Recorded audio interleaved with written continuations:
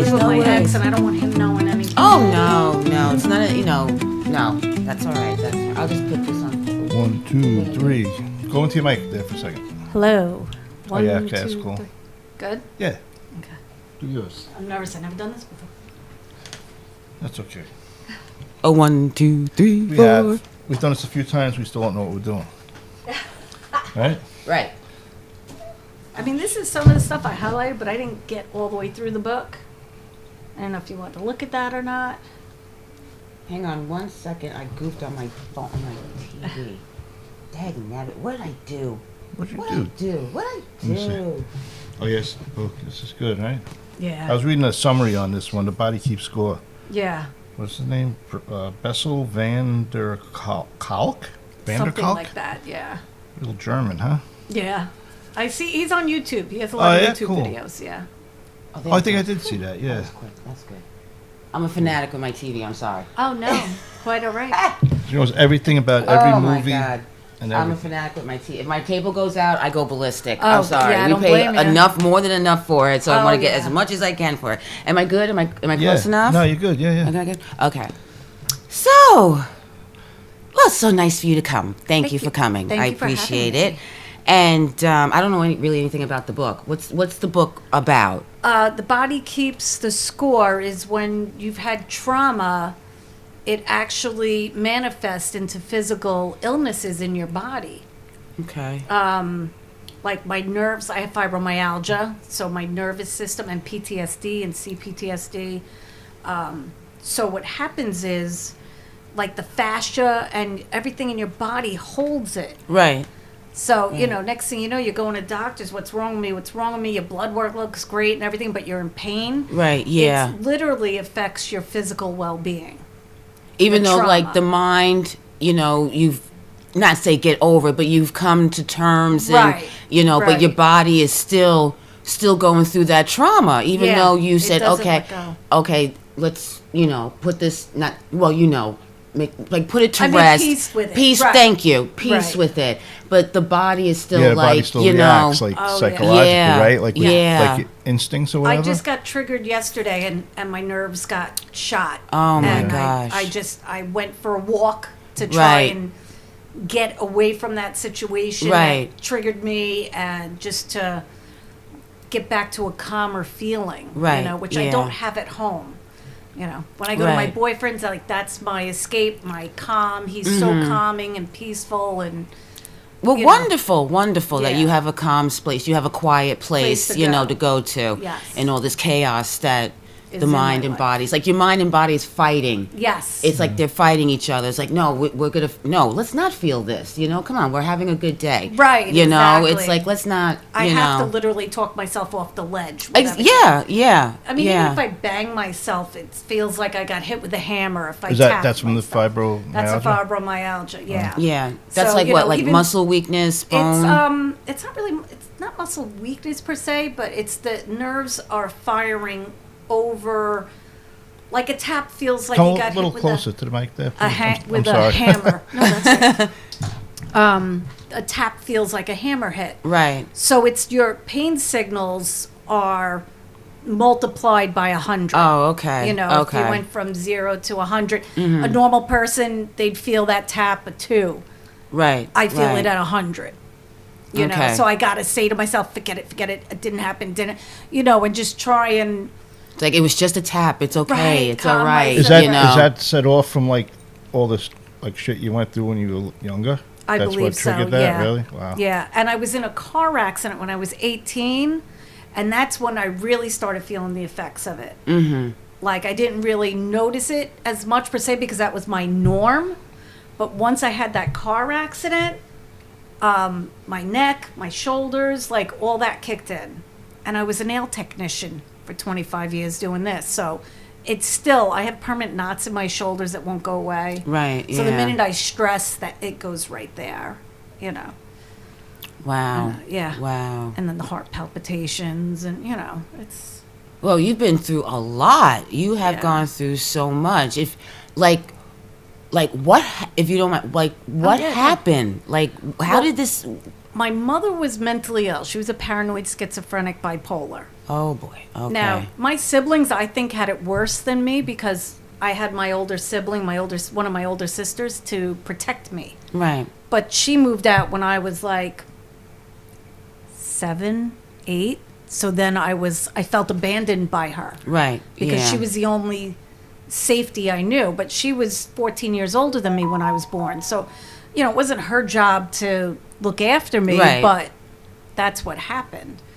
My father's a bisexual pedophile.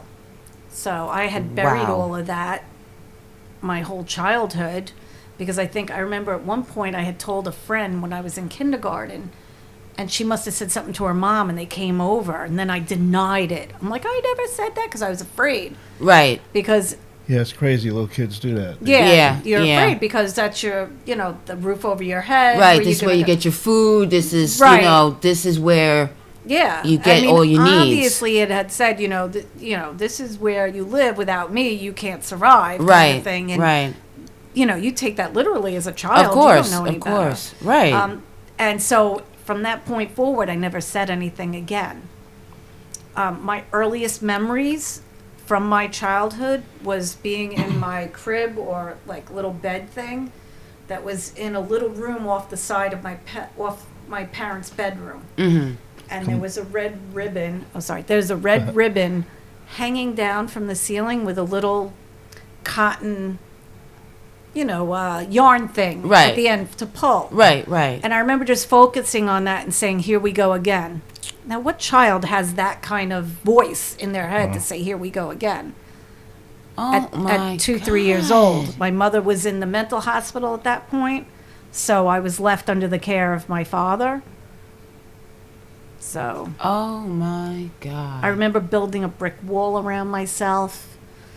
I had nightmares. My whole childhood was filled with nightmares of being attacked and not being able to scream. Like in my Right. nightmares, I would open my mouth and nothing would come out. Right. I remember going to visit my God. mother in South Oaks, the mental hospital in Amityville. Oh my God. I remember that And I place. couldn't I've never see been there, her. but I remember. Yeah, That- I remember seeing her from the window because I wasn't allowed to go in. I remember when we picked her up. I was only like 3 or 4 years old. And those are my earliest memories of my childhood. That's what I remember. Oh my Where's God. your father now? Is he He's still- dead now. Oh, okay. He died at 97. Wow. Yeah, Wow. I was number That just 6. seems so like unfair. Yeah. That seems so unfair that he just got to live his, la-di-da life and doing what he's doing. Well, we were all codependent on him, Yeah. Yeah. and He never went to jail or no one ever nothing like pressed that? charges. No one ever said anything. No one ever did anything. Wow. We didn't know we could do anything. I think my sister had told me once, like years later, when her memories came back to her, which was later in life, because you block this stuff out. Right. And you think your mom's the worst one because she's visually and out there Right. crazy. Right. Yeah. She physically abused my siblings. She tried to kill them. So it's like you guys didn't have a chance. No, I You mean, guys I didn't- was the lucky one, I think, out of them. But I have Wow. all the, physical effects. Of course, yes. And according to this book, The Body Keeps the Score.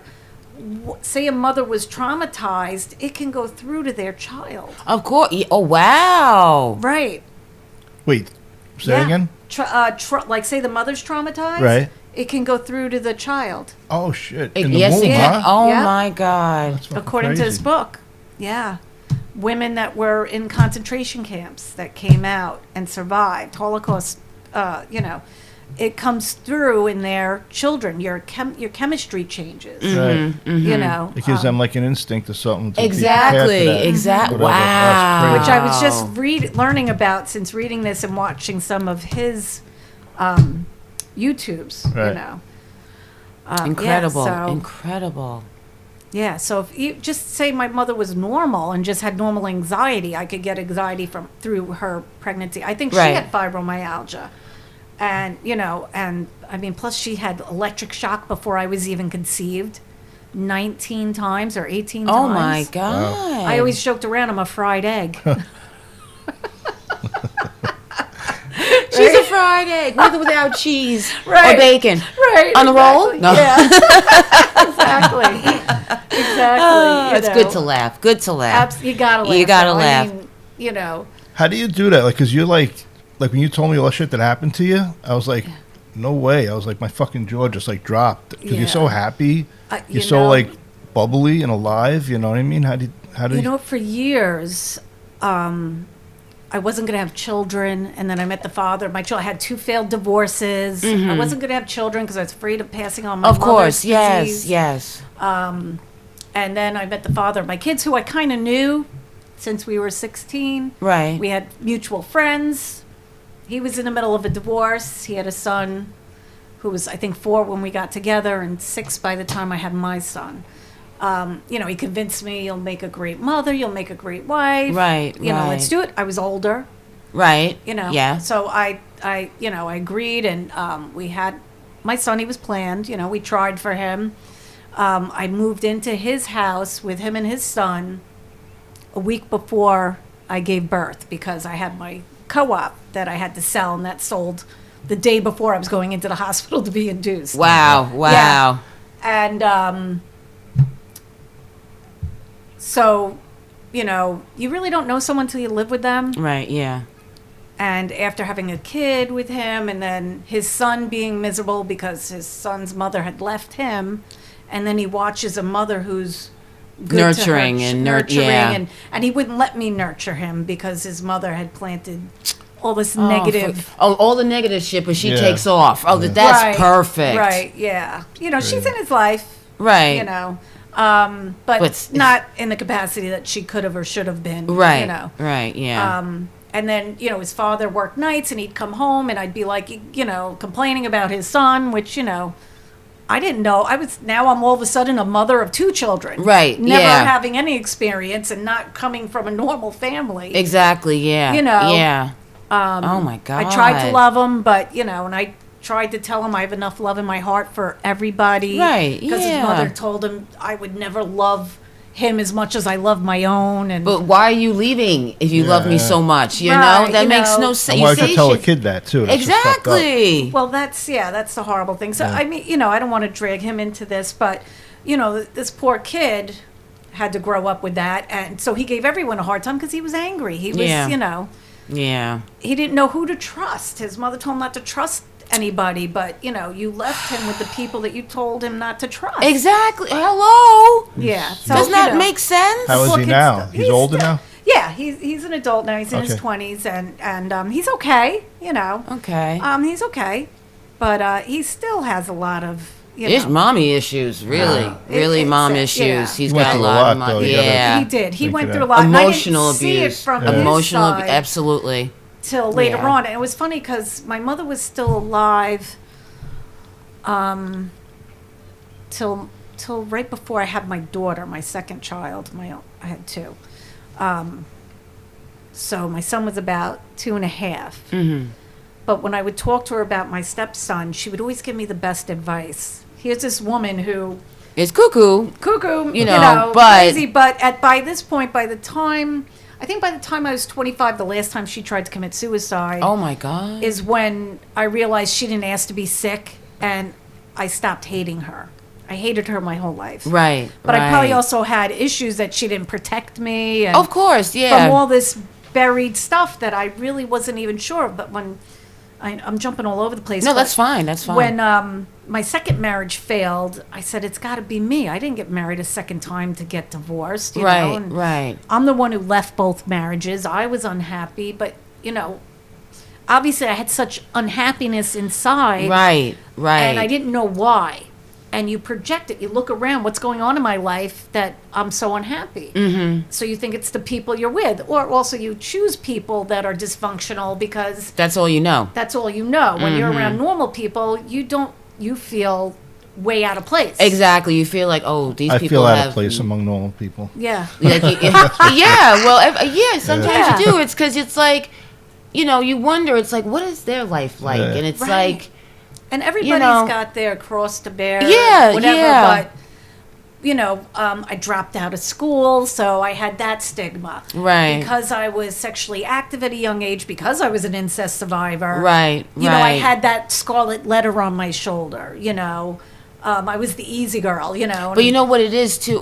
It's kind of funny too is that nobody knows what's going on in that household. Nobody knows. Yeah. But you think they know. Right. Like, oh, did you hear? It's like, or if they look at you and you're thinking, oh shit, they must know something. You have that feeling that someone knows in this school or this, that, and the other thing. Yeah, well, that's what I was saying earlier is my sister had told her therapist, and her therapist basically, I don't know if he's called my father or something, but he ended up not really believing her, or he did believe her, but then he started hitting on her.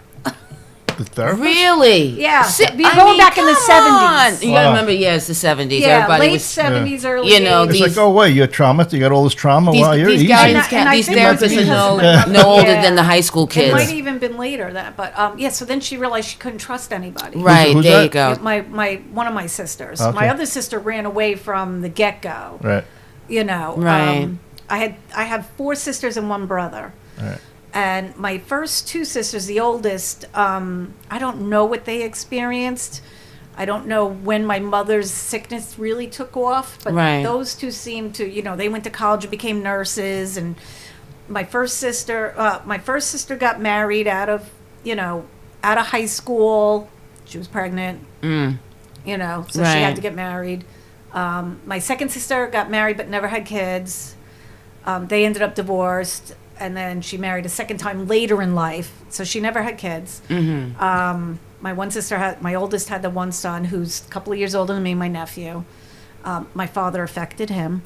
I was just going to ask you, did any of the grandkids get affected by him? Yes. And no one said anything? Son of a Nobody bitch. said anything because we never spoke about it. Wow. When he did tell his mother later on in life, he made her promise not to tell anyone. Well, she made the mistake of telling my sister Jill, and then my sister Jill, that's when her memory started coming back. Oh, wow. It triggered her to remember. Right, Things that you blocked out. Right. My sister Janet that ran away all the time,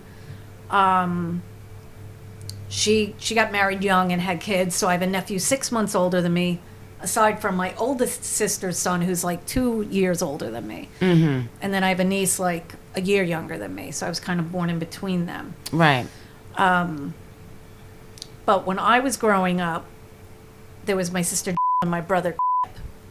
And, that's hard. Oh, he's passed since because he had cancer. Oh, I'm and sorry. my oldest sister Eloise passed from cancer also in their 60s. So they made it that far. But my brother's son was affected by my father. When my nephew and niece would come and live with me for a little while, because my sister Janet fell on hard times, they would come home and live with us. We grew up in a big, beautiful home, on the South Shore, on the water. You made everything look good on the outside. Right. You didn't want anyone to know. Because like that experience I had as a little girl when I confided in a friend and then her mother came, it was like once people knew my mother was mentally ill or something wasn't right in my house, no one was allowed to hang out with me. No one felt bad for me and tried to take me in. They, wouldn't let me hang out with their kids. Unreal. Yeah. Unreal. Don't hang out with that girl because her mother. Yeah, her mother has it, but maybe this is why she needs a friend. Hello, go be. Right. I'd be like, go be friends with her. Go ahead. She really needs a friend. But back then, people didn't. And that's sad. Well, they're probably worried about what your father would do to them. Right. That as well. If they do, like I don't know what they knew, but Right. But and just once in a while I'll get stories from some of my siblings, like when they lived in another town, someone knocked on the door and told my father to stay away from his kid because he must have been showing him pornography. Oh my God. And calling him a pedophile. But why didn't you call the police and do something? No one did anything. That's the thing. I mean, especially someone from the outside is telling you, I would have had the cop. He showed you what? Ring-a-ding-a-ding. Right. But back then, they just, ridiculous. Yeah. Oh my God. And I think my mother kind of lost it too. She must have knew something, but she was also an incest survivor. And they'll say you will marry people like that. Oh my! Isn't that crazy? That is crazy. So I think I don't know if that's what pushed her over the edge because she was sick long before I was born. Right. She was molested by her stepfather, forced to live with her cousins when she grew up, and then moved back with her mother later on in life. And My father was in World War II, came back from the war, met my mother. They were engaged in 2 months, married in a year later. Oh, wow. Had a child 9 months from their honeymoon. You know, and that's what they did. The men came back from the war, they got married, and they started their families. And then somewhere along the line, my mom, I don't know if she found out something, I don't know. But she snapped. You know? Wow. Yeah. Wow. Crazy. Wow. She must have saw something, or found out about something, because you just don't snap out of nowhere. Right. But like you said, that she came from an incest family already. And her birth father, if I'm not mistaken, had mental illness. And she knew what was going on? She didn't... I don't know if she knew what was going on. No, because she was really out of it. She might have known in her own way. Yeah, I came 11 years after the last child, which was my brother. Right. I was an accident. I was an oops. My mom was 41 when she had me. I wasn't planned. I was an accident. My father came home drunk from a bar. You know, and he had a good job. I mean, he had the same job since he came out of the war, you know, working in Manhattan. So, you know, from the outside, you pretend like everything. When you realize people, you know, you don't want people to know, because then kids aren't allowed to hang out with you. And the weird thing is, it's still your parents, and you're still kind of like... You're dependent on them. You don't know. Exactly. Of course. Even though they're doing this that's crazy scary, shit to that's you, the scary part about it. Parents, you know? Right. Because they say, if they put you in foster care, you're going to get someone worse than your parents. It's like someone you want to... Sometimes you want to take that chance. And then with you're like, and worse you had than the this? siblings. Like, this. fuck, Yeah. You know? Right. What could be worse than this? I remember when I was in 5th grade, my mother ended up back in the hospital. My sister had to keep us locked in the bedroom for like 3 days. And I remember the police coming and telling her if she didn't come peacefully, they were going to put her in a straitjacket. I remember hearing her screaming and crying. Oh, my God. Then they had to take her and put her in the hospital. But we were locked in a room for 3 days, you know. Like, my sister would listen. We'd run down the hall to use the bathroom and come back. And, you know, like I said, my sister was 14 years older than me. So she was, you know, that's just one of my memories, you know. But then I had to go live with my older sister, Eloise, who had my other nephew that was a couple of years older than me. So at the age of 13, I started smoking weed because my sister smoked weed and her son was smoking weed already. Right. So me and him were smoking it. I started smoking when I was 12. Yeah, I was like 12, 13, yeah.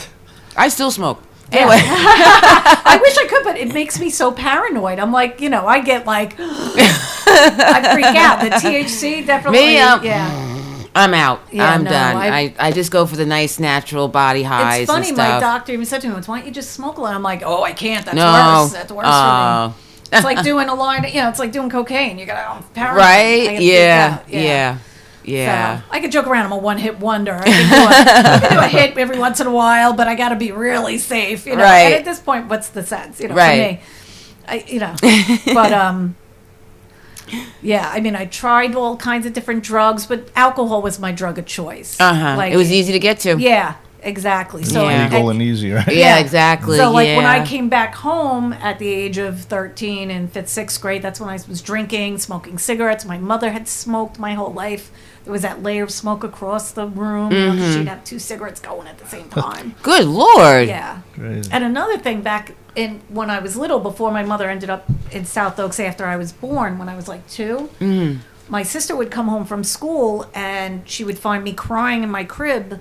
And she said it looked like I was crying for hours and hours, not fed, not changed. My mom was sitting on the couch smoking her cigarettes in another world. Wow. And I think that's what made her end up going into the hospital when I was that little.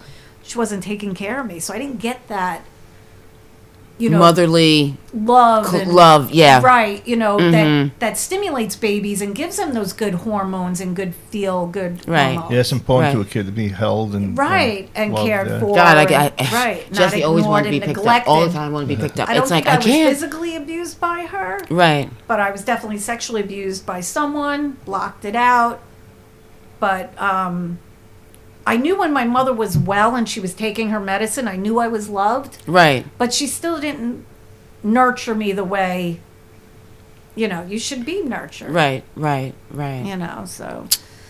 Damn. Yeah, it's rough. So I think, you know, you don't get all those good chemicals, all that good stuff. I always felt different my whole life. Right. And I didn't know why. You know? I didn't know why. I knew I was different from all the other kids. I knew you know. Yeah, when you see you go into other kids' houses and hang out with them, you see them like, oh shit, how come my life isn't like this? Right. You think everyone. Yeah. It's like, wow, they're and then you normal. feel less than, and then you don't want to, you don't think you're good enough, and it's more, and then you have this inner voice of, you're not good. Yeah, you're not good enough. Get out now. now. I got the scarlet letter on my shoulder. If anyone knows, Or if anybody's like, oh, I know that girl. That girl that you just let in your house. Right. Don't go in her house. Right. It's like, wait, no, that Yeah. But and still, I mean, you really don't want to bring people to your house when you got a father like that. Right. You just be like, hey, can we go to your house? No.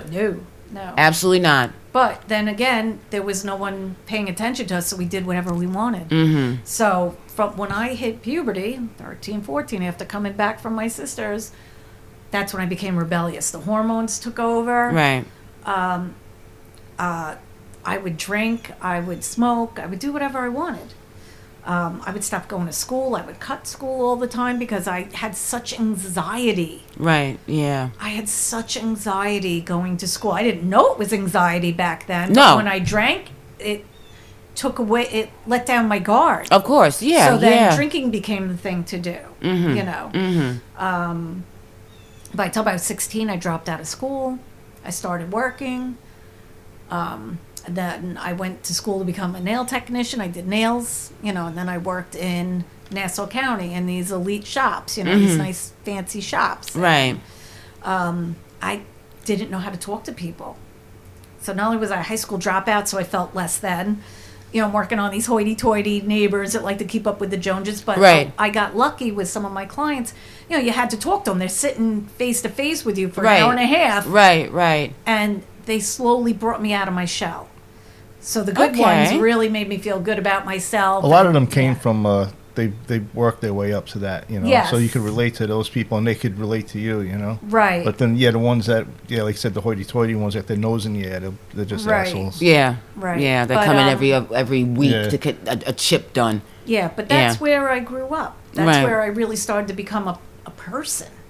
Like having an idea of how to interact with people and then get comfortable with people, To learn to trust again. Right. To build that trust in at least one person at least, and work your way up. That's the only way you're going to, way to do it. And then they'd be like, oh, okay, cool. And it's like, yeah. Can I tell her this? No, I'm not going to tell her this quite yet. It's like you still have to be careful. Oh yeah. You still have to be careful. I put on a front that I'm great and fine, and life is hoity-toity and great. Right? And, yeah.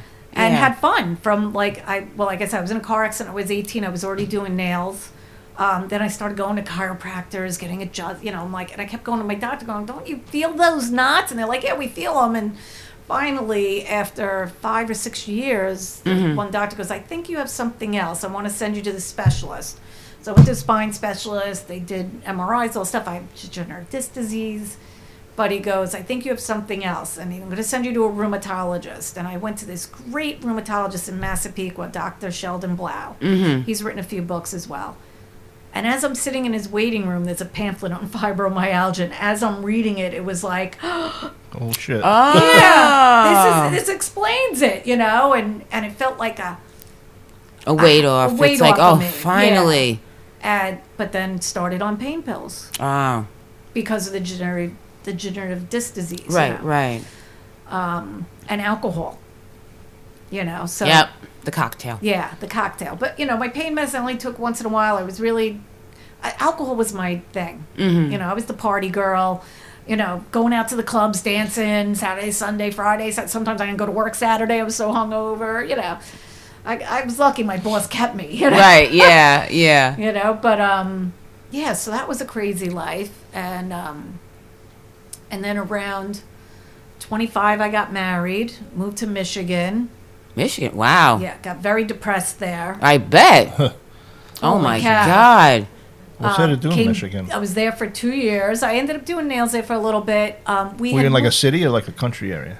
No, we were kind of in the country. We're in the middle. We're in Jackson, Michigan, where the state prison is. Lovely. And there was a steel mill, and my husband's father worked for that steel mill. And what happened was he had a heart attack and suffered brain damage, and we didn't know if he was going to be okay or not. Right. So we moved out there and got married. because we were going to have to take care of his half brother and sister. Okay. And we didn't know, his father, what was going to be with his father. Right. Father ended up having short-term memory loss because of it and couldn't go back to work. Oh, yeah. But needless to say, when he came back home, things weren't good, and he was never a great person to begin with. So terrific. With the brain damage, it's 10 times worse. So then we got our own place, and I couldn't stay there anymore. I got really depressed. I was out of my element. Of course, I was away from my people and everything I knew, and he was working swing shift, and I was just lost. Mm-hmm. So I made us move home, and as soon as I got back into my groove, I left him. Like, I thought it was his fault that I was depressed. And, right, yeah. Yeah. And meanwhile, it really wasn't his fault. I mean, we had our issues, but it wasn't stuff we couldn't have worked through if I was a healthy person, but I wasn't a healthy person. Right, yeah. He came from a broken family, so he wasn't that healthy of a person, but he was a lot healthier than me, I think. But, I left him, and then, I was like, at this point, I'm 28. I don't want kids. I don't want to, my mother tried to commit suicide when I was 25, and I just realized this could be passed on to my kids. Right, I want this. Yeah. Then I go on vacation with my girlfriend, who's a teacher. I meet my second husband on vacation in Jamaica. Nice. Yeah, he's a local 3 electrician in Manhattan, lives in Pennsylvania. So now we're commuting and whatever, and partying all the time. Right, right, yeah. Traveling, going to concerts, every night was, I'll meet you at the bar, we'll have dinner there. He drank every day. So now I'm drinking every day. It wasn't just like weekend warrior. Right, right. But I always drank to excess. I drank to blackouts. I drank, As I got older, I got a little better with that. But, then I started doing coke. So we could stay up later and drink longer. Oh, my big back Lord. then, yeah. Well, I mean, now this was in my 30s. Almost my 30s. So, but never did a lot of it. It was just, a bump here or there to keep you going. Mm-hmm. And then we got married, and we bought my parents' house, the one I grew up in. How was that? Yeah, why would... Yeah. A lot of ghosts. Well, yeah. I still didn't have my memories yet. Right. I was, when my second marriage went bad, that's when I went into therapy. And she started asking about my childhood and my siblings. And when I said about, I knew about this with my sibling, the incest with my one sibling, but I don't know exactly what happened. I just know that, she would never leave her kids alone with our father because of this, because her memories came back. Right. But we were all dependent on him. Right, yeah. So it was crazy. There wasn't like an aunt or another uncle? No, my father had an older brother. And so you got to realize, by the time I was 30, my dad was in his 70s or 80s almost. Yeah, something like that. Yeah. So, because when I was 16, he retired. I remember that. But by then, I had my car. I was gone all the time. My brother was a mechanic, so I learned to work on cars. And as soon as I turned 16, I got my car and I was gone with my permit. I didn't need a licensed driver. I was just doing I could do whatever I wanted. No one cared. Right. My father would be like, just come home in time, early. I'd be like, all right, and I'd come home early in the morning. Well, he didn't say early. He didn't specify early. I came home early in the morning. She came home early in the morning. That was my escape from my house. Of course, but I didn't know what I was escaping from per se. Right, right. But I know I'm jumping all over the place. You're gonna have fun. That's okay. No, it's fine. We do that all the time. All the time. You're saying it's like as soon as you got into your car, it's like you were able to get that. You knew something was going to happen in that house, and you did not want to be there. Right. Well, so I think at this I'm point, gone. nothing was happening anymore. Like, I think it was when I was really young. It stopped early because my sister was there to protect me. But then my younger, nieces and nephews were victimized, I should say. Yeah. So you're saying you moved into the house with the new guy you met? My second husband, yeah. And which we thought was great. Hey, I got this big house. on the water on the South Shore. Right. You know, it's over 100 years old, needs a lot of work, whatever. We start working on it and stuff. And prior to us getting married, he had a motorcycle accident, broke his neck. Oh my God. So then he was out of work for like 2 years, recovering. Thank God, you know, he could have been paralyzed. The disc went the wrong way, the right way, my God. you should say. Right. But he had to have his neck fused, and he was out of work for a long time recovery. So then he was drinking all the time and popping pain pills.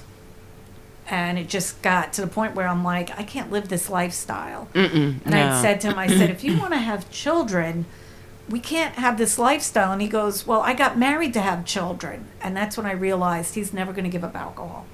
I thought you got married because you loved me. Right. You know. Right. You Not to wanna have children. Go adopt. You know, you don't want, it's funny because he's adopted. Oh. But he wanted children. Right, but right. I'm like, I can't bring children in this kind of lifestyle. No. It's not healthy.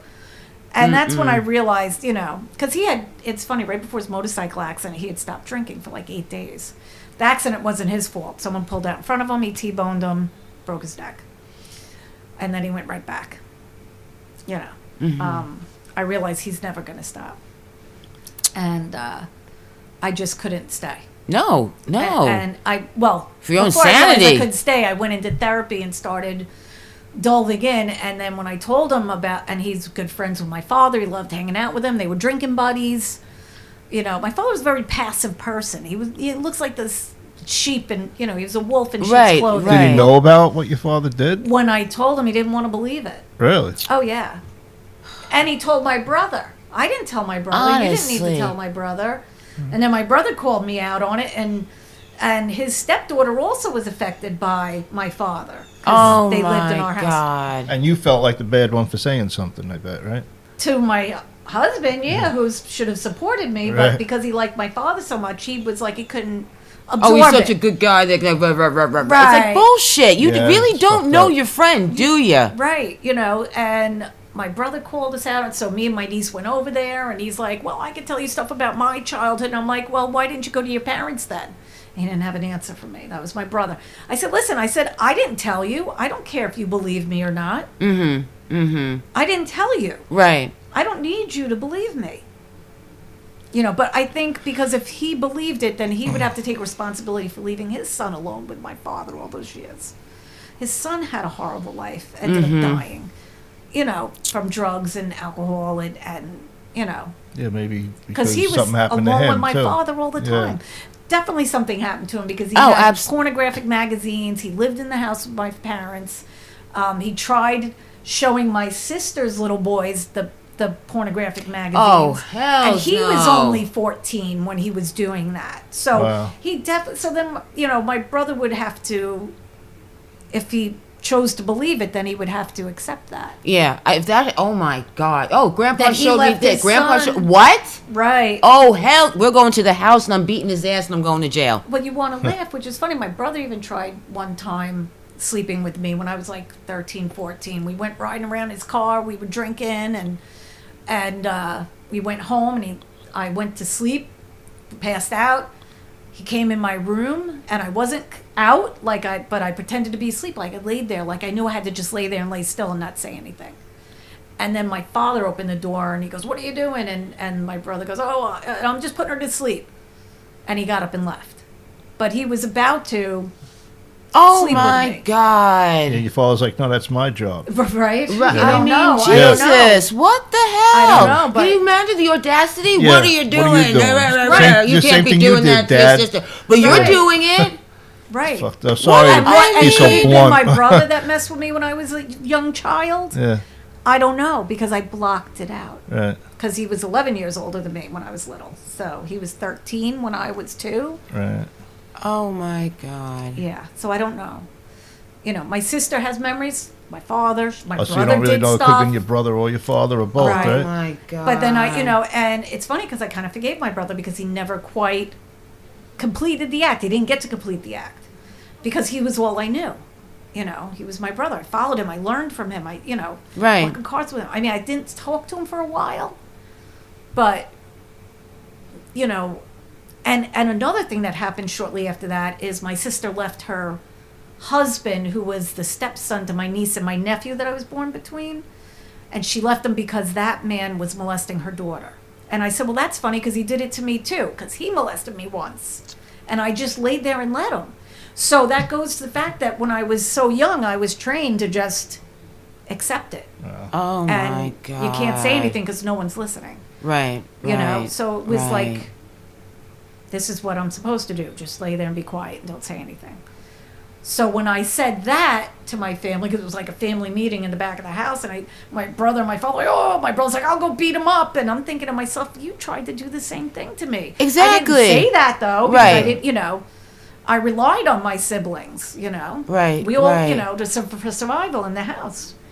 So, you but got two predators my in sister there. didn't go to the police about her estranged husband molesting her daughter. Like, I guess because they're trying to protect the kids. They don't, want to embarrass the kids. So let's just let this guy go or something. So he can go do it to somebody else. Unbelievable. Right. Unbelievable. So, and when you grow up in a house with a mentally ill mother and no one can know about that, you just don't talk about it. You don't go get help. So when I was 33 and talking about this and telling this therapist what I knew from my sister and my life experiences, I just started crying. And I said, what if it's true? And I was hysterical bawling. And she said, if it wasn't true, you wouldn't have that reaction. Right. And right. I literally felt like I had a house come off of me. Wow. That day. Wow. And that night when I went home and I went to sleep, I had my last nightmare. And it was, I'm sleeping in my childhood bed, and a demon flies out from underneath my bed, swoops up, swoops down like it's going to hit me, and then takes off. And it's gone. And I never had another nightmare after that till later on, a little later in life. But I used to have my childhood was always night terrors, nightmares, wow. being attacked, had no voice, that I could physically fly. These are all signs I didn't know then of incest survivals and, oh being my God. sexually abused. Holy cow. So that night at 33, after, coming to terms with, this happened to me as well, that demon flew out from it was like the demon's gone. Wow. The demon flew out, and that was... Wow. Yeah. I Holy remember those crazy. dreams that I had as a child. Mm-hmm. I could still see them in my head. Right. Wow. Amazing. But my husband didn't want to, and then he went to my brother and told my brother, I told my brother, I said, I didn't tell you. Mm-hmm. He didn't want to believe it because then he'd have to look at his life. Exactly. And face it. Right. My oldest sister and my brother both died of cancers. So, sorry. That's right. I think from holding in all that stuff, it ate them away. Yeah. I kind of feel like, my nephew was kind of estranged from his mother and at some point, even though he asked her not to tell anyone, I think it's still, she should have got him help. She should have got him therapy. Exactly. But no one did Now, that. you said Everyone then she sticks would their have to head in the face. sand. Yeah. Everybody's head was in the sand. Yeah. Because, what a shame. But she was What a raised by a shame. mentally ill mother as well. Exactly. None of us were equipped with, right or wrong or, Yeah. someone can help you, Right.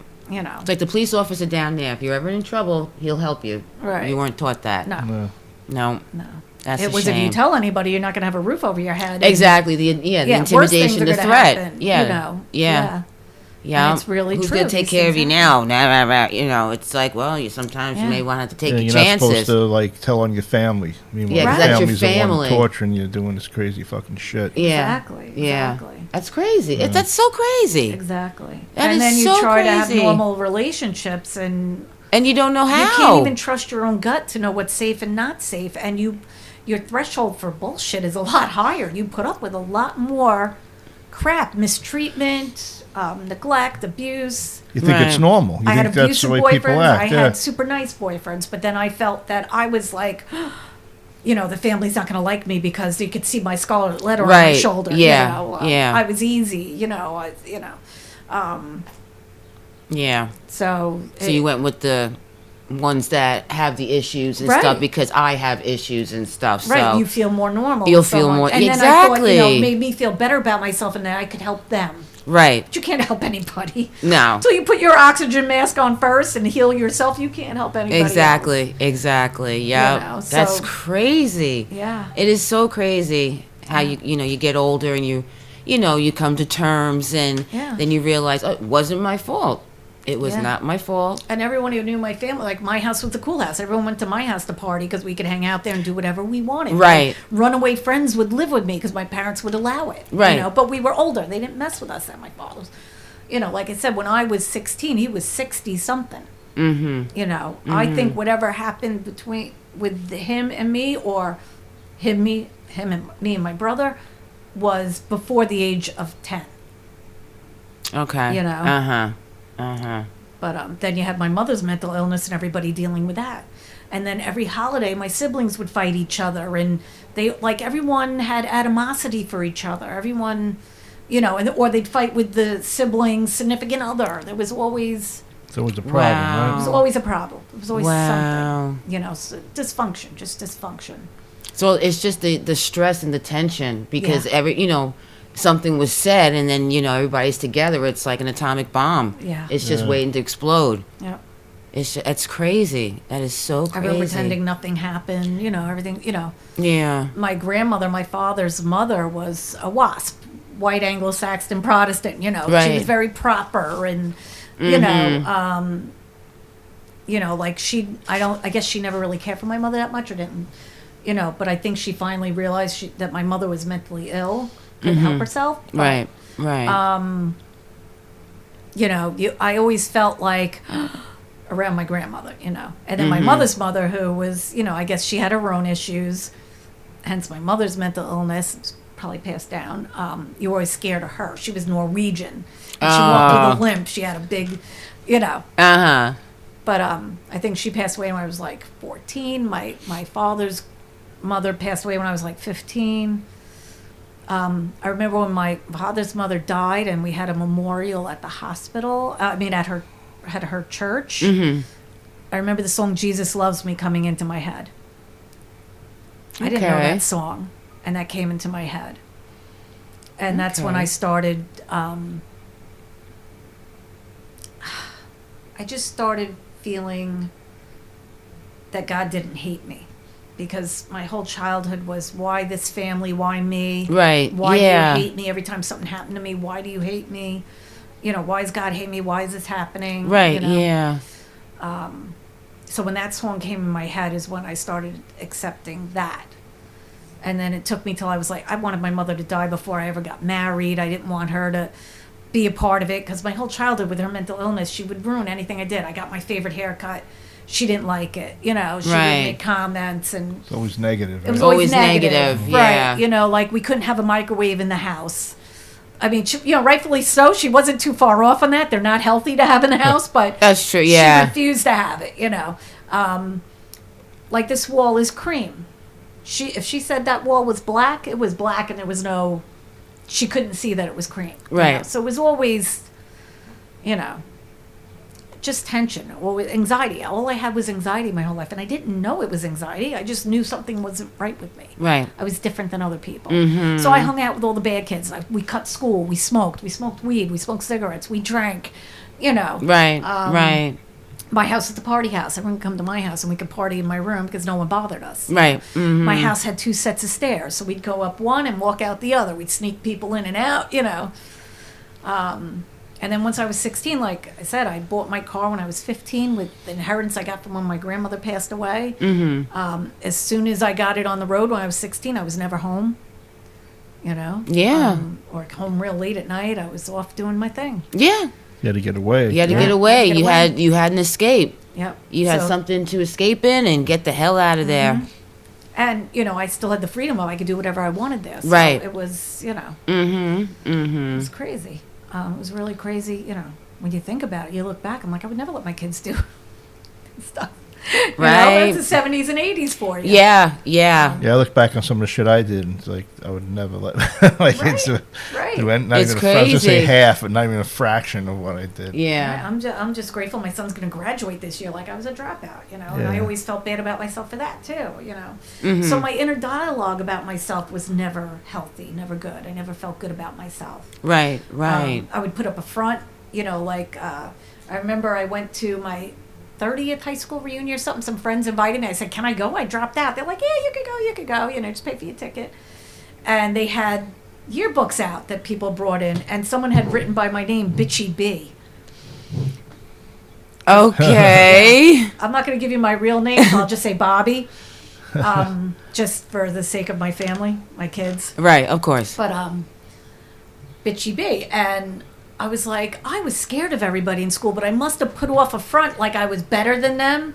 And I guess because they knew where I lived, they must have thought I was better than them. Right. But I was definitely not with the socialites and the Probably I can't cheerleaders. believe they secretly had that scared next of you. to your You didn't name. realize they were scared of you. Well, they just thought I was a bitch or a snob Yeah. and too good for them, but I wasn't. I was so insecure. Right. Isn't that fun? And- that is so And funny. introverted, but tried to put on a front like everything's okay, but I was, fraught with anxiety all the time. Oh my gosh. Yeah, it was horrible. That is something. I'm like, if they only knew, but I wasn't even aware. I had blocked out all my stuff. But Of course. For all I knew, my problems were my mother, which was a problem all in itself to begin with. Right. But blocked out the other stuff. Yeah. My father was the breadwinner. He was, Right, yeah. So you were trapped, basically. Yeah. Where are you going to go? You can't ask friends to, back in the day, you didn't couch hop it, Right, yeah. Go to couch just to get away. And eventually you had to go home anyway. Right, but I could do whatever I wanted. So, right. I had freedom. Mm-hmm. Freedom I shouldn't have had, but Right. I had it. Well, the There was no situation you were in, discipline, there you was no- wanted to get yeah. out of there. It's Oh, like yeah. freedom. Freedom. I could go now, hang out with the boys. Mhm, yeah. You know? Go and hang and chill and get the hell Yeah. out the house. Get away from him. Yeah. Get away from the And family. then, because of my brother, I had a hot rod, and I knew how to work on cars. I would race the guys around town. What kind of Nice. car do you have? I had a '78 Trans Am. Oh, really? 400 big Wow. block with a Edelbrock Torker intake manifold, quadrajet carburetor, 4-barrel. And Wow. I put chrome headers on it, and that was Wow. fun. I can work on those kind of cars. I could nowadays. You can't, but Yeah. I could do Nowadays, brakes. these I could cars, do you need a yeah. Yeah, freaking they put on a computer. lab coat now to work on a car. Yeah, Yeah. right. And gloves. No more And mechanics. gloves, yeah. Yeah. Not back in the day when you got your hands really greasy and Yeah. everything. Oh, yeah. Yeah. But so at 33, I realized, oh my God, this is why I'm so screwed up. And then I realized my marriage is a total mistake. And, he Yeah. betrayed me by going to my brother, not even talking to me. But, 'cause Exactly. he didn't want to believe it, And so after that, it was like, I got to get out of here. Right. Yeah. Yeah. So I ended up leaving him. And I couldn't afford my parents' home, so I left him with it. And I moved in with my girlfriend for a while. And then then I got an apartment, got my divorce settlement, and then I bought a co-op. And then I got together with the father of my kids, who, I thought I knew. Right. We all Right. had the same friends. We knew each other for years. Right. It was always in, we all had boats growing up, so we were all boaters. I had my own boat. I have a boat license, I had beat up boats. I didn't have anything fantastic. Right. But the point is, you could drive a boat. I got out. Right. I could get out. I had a 13-foot whaler with a, or actually it was an 11-foot whaler with 30 horse on it, or 13-foot, something like that, but with Nice. like steering and Yeah. so I was out there Nice. all the time. Yeah. So, I was working. I had my own place now. He was getting a divorce, and he kept asking me out, and I kept saying no because I didn't want to get involved because I wasn't friends with his wife, but we were all acquaintances. Right. And they had a kid. I didn't want to get involved with that. But then, he was dating other people, and I kept saying, why am I telling him no? I know him. He knows me. I don't have to put on a front like I got my shit together. He knows, Right. He knows, he knows how I party. He knows how, And I finally said yes to him, and we dated for a year and a half, and he was going through this divorce, which lasted like 5 years. Oh my God! But I was already, we were already older, and he's like, let's have a kid, let's do this. He also was hoping it would help him get custody of his son, even though she didn't want him and she had left him in the first place. Right. She was fighting for custody to make it look good in court. Of course. She didn't want him. Of course. And she didn't want the kid? No, but she put up a front. The kid. Right. She left him. She left him. She lied and said she took him with her. But there's all proof that she, crazy crap. Crazy Just stuff. stupid. Anyway, he works nights, so he slept a lot during the day. His time was limited, and Yeah. And then I became an instant mama too. Stopped working. I was going to go back to work, but then to drive all the way to Nassau County from Suffolk County, I'm getting a 6-year-old on the bus. I've got a baby. I'm breastfeeding. So I never went back to work. And then he would come home and I'd be like, your son, because I wasn't disciplining him. I wasn't spanking him. I wasn't punishing him. I wasn't allowed to do anything. Right. Because this kid was so sensitive. So I'm walking on eggshells around a kid. After just having a baby. Yeah. Terrific. Not knowing how to be a parent because I didn't come from a normal family. Right. Thinking I know what I'm doing, and I breastfed my son, so I'd have to go in the bedroom to breastfeed him because I couldn't do it around my stepson. It was just all these things. He finally gets custody of him. The divorce is finally filed, and he says to me, "You don't really want to get married, do you?" And I'm like, my jaw dropped. Huh? And I'm thinking to myself, yeah, I had a kid with you. Hello. But I didn't say that because the way he said, you don't really want to get married, do you? And you put it like that. Obviously, he doesn't. Right. So I'm like, no. Of course not. Not if you're going to say it like that. Exactly, but I'm thinking, I already have a kid with you. And all I could think of is now my son's a bastard. Right. But we're still living together and, I'm raising his kid from his previous marriage. What the fuck? Well, years of this and, find out he's a narcissist. He started resenting me because I would go to him about his son from his previous marriage, and he didn't know how to handle the kid, because he had a screwed up childhood too. So it's just, you have all these unhealthy people trying to raise children. Yeah. Yeah. I tried to love my stepson, but, he wouldn't let me in. Yeah, he resented my son because my son was getting all this love and affection. Do they get along now, like your son? Yeah, but, he's still, has an attitude. And, all my son loves his big brother and just Yeah. It's not his fault. How old is your son? My son now is B18 the end of this month, so yeah. Oh, happy birthday! So his brother is how old? 23. 23. Yeah. Wow. Yeah, they had 6 years apart. And they see each other? They live. Well, we all live together. Oh, okay. I'm still in the house with the father of my children. We never got married. Yeah. Things were pretty bad. I had the kids in therapy. I had my stepson in therapy. I was trying to get our family somewhat healthy. Right. Right. But it just never came to fruition. Me and my significant other, the father of my son, we were on the outs. Then we tried to make it work. So then we decided, let's have another kid. Things are doing good. We're working things out. We're in therapy. Everything's, Right. Then I have my daughter. My stepson adores her. They're like peas in the pod. So it's, the boy thing, the next one, Well, he was older at that point. Yeah, so now he was 8 years older when I had my daughter. But my poor stepson, it's sad. I don't think he's ever going to have a really healthy relationship unless he works on himself. Get some therapy. But then every time me and his father didn't get along, he'd tell his father, don't talk to her, don't this. He moved downstairs for a while when my kids were young. Then I had a nervous breakdown because now he's living downstairs, I'm living upstairs. The stress of the situation, the kids going up and down all the time. He got a girlfriend, but he could never dedicate, this is your weekend, that's my weekend. So I could never go out and meet someone or do anything. Right. He controlled the situation still, very controlling. So I had a nervous breakdown, and then I stopped working. And then then the past few years I spent getting on disability, got on disability. And I wouldn't sleep with him because that was the only thing I could hold back. Right. I needed the roof for my children over their heads, you know.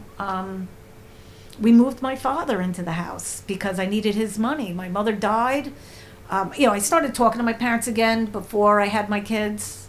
So your for father my came to mother's live sake. in the house then with you? Yeah, I took him in. But he's almost 90 at that point, Right, yeah, and I there's nothing you knew I could would do, never yeah. leave him alone. My kids, I was a stay-home mom. Yeah. I needed his money to build a dormer so there was room in our house for our kids. Because Right. my 2 kids were in our master bedroom with us. Right. So we agreed to do this, you know. And I did the right thing. I never abused him. I took care of him. I did the right thing. Right. Because I took his money and built a dormer and made our house so we could have room for all our Fuck kids. it, he owed you that. You know? Yeah, well, yeah, kind of. Yeah. And I told my siblings, I'm going to spend all his money. And Yeah. my second to oldest sister, who never had kids but was very independent, said, listen, if they don't like it, tell them they can take him. Yeah. Right. Exactly. I said, no one wanted him. No one, you know. So, There you go. yeah, I mean, the only thing I'm proud of is my dad was a World War II veteran, you know. Yeah. So I always played that up. Mm-hmm. You Yeah. know, that something good. Something my good kids can. don't know my childhood history.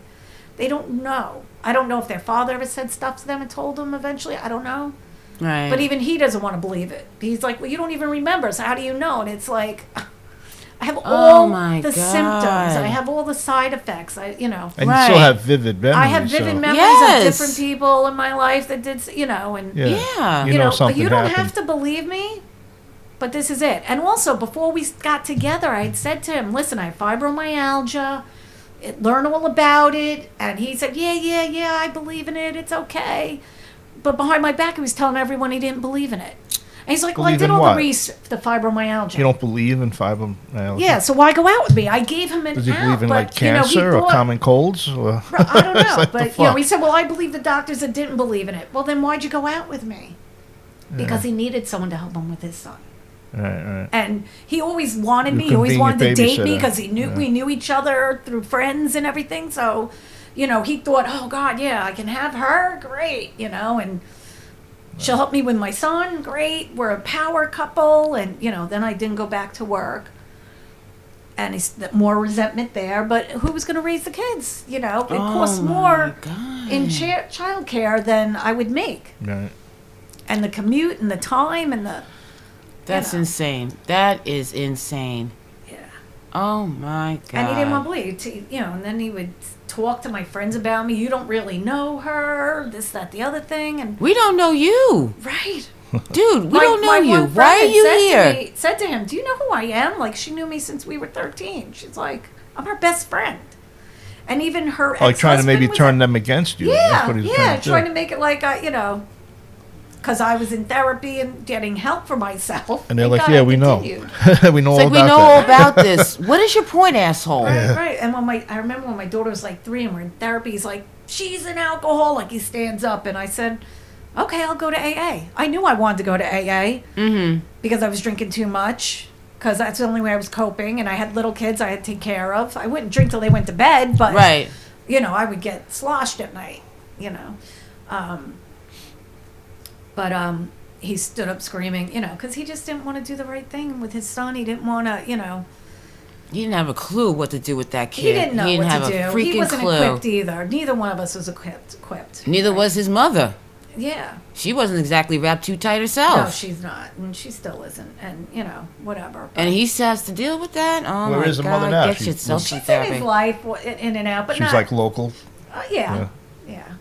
You know, most of the time, you know, we found out later on that she would abuse him, but he never told anyone, and we had him in How? therapy. He could What have. do you mean abuse I him? don't know. Like hit I don't him? know that, you know, because I'm an outsider now. Oh, So, so you know, you're not allowed to know? not allowed to know. Yeah. That's bullshit. Supposedly, I abused my stepson too. Now that's the story going around. Meanwhile, I have letters from him saying you were more of a mother to me than Right.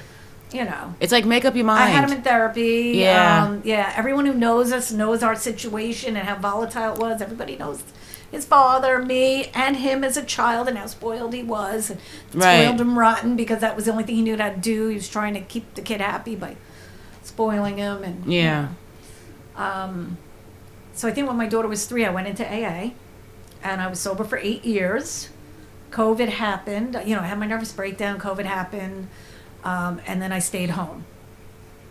And you know, then I took my father in to build a dormer. And, that was during COVID? Yeah, that was before COVID. I think the dormer was before COVID. Oh, The dormer was already done by the time Okay. COVID came around. But I had stopped working at that point. I had my kids in daycare when I was working, and you know, their father would pick them up because he'd get home in the afternoon. Right. Because he worked nights. So the kids were never alone with my father or anything. Thank God. Yeah. He wasn't allowed to have pornographic anything in the house. He knew that. He couldn't. We didn't have HBO. We didn't have any of those channels. Right. And we tried asking, you know, my significant other, "Hey, I'll pay for cable if you get this channel." And Be like, no. thank God he was like, "No way," you know. Yeah. Because then he would probably show it to my kids. Of you know, course, yeah, that's what they he do. did. Yeah, That's what they do. right. You know, so he kept to himself and stayed in his room all the time. He would eat in his room. He would, you know. So I got sober for 8 years. And I just wouldn't give myself to him anymore because he would insult me. He would, you know, and every time we had a fight, he'd throw it in my face about my family. And, you know, he used it as a weapon. What an asshole. Yeah. He's just an asshole. That's a narcissist. That- right? yeah, that's a narcissist. with a borderline personality disorder. Yeah. And I wonder if Like, she if you left look because that of up- him. You never know. Maybe she left because of him. Oh, she definitely did. But I think they were two narcissists. You know, because she didn't want her kid. She didn't take her kid with Or her. why they She probably didn't- butted she heads didn't because two protect- yeah, narcissists don't work together. don't work. Yeah. You know? They're two Yeah. selfish people are not Yeah. gonna. Shouldn't have had that kid. Yeah. Shouldn't have had the kid. Right. A narcissist needs a victim, Yeah. not Yep. competition. You know? Yeah. Yeah. Yeah. So, yeah. So now we, you know, one day he finally was like, I got a girlfriend, move on with your life. And he said it right in front of our friend who lives downstairs and a friend of mine. Humiliated me. You know, I started catching on because we have Life 360 and he was going out when he normally wouldn't go out. Right. Never had time to do things with the kids, go for bike rides and stuff because he was always tired. But now he has time to go out. For Of course, all of a But sudden, that's 'cause, yeah. You know, he wanted That shouldn't what I wasn't humiliate you, giving though. him.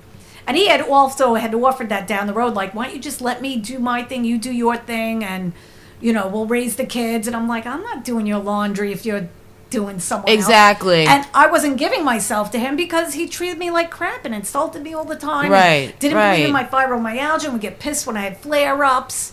He would get angry because I wasn't doing stuff, if I left dishes in the sink. You know, Like, it so was- be like, clean him yourself, motherfucker, or throw him out. Right, you know, it was just horrible. The whole thing is just toxic. And now, I finally, he's had his girlfriend for almost 2 years, and now I'm starting to get out there.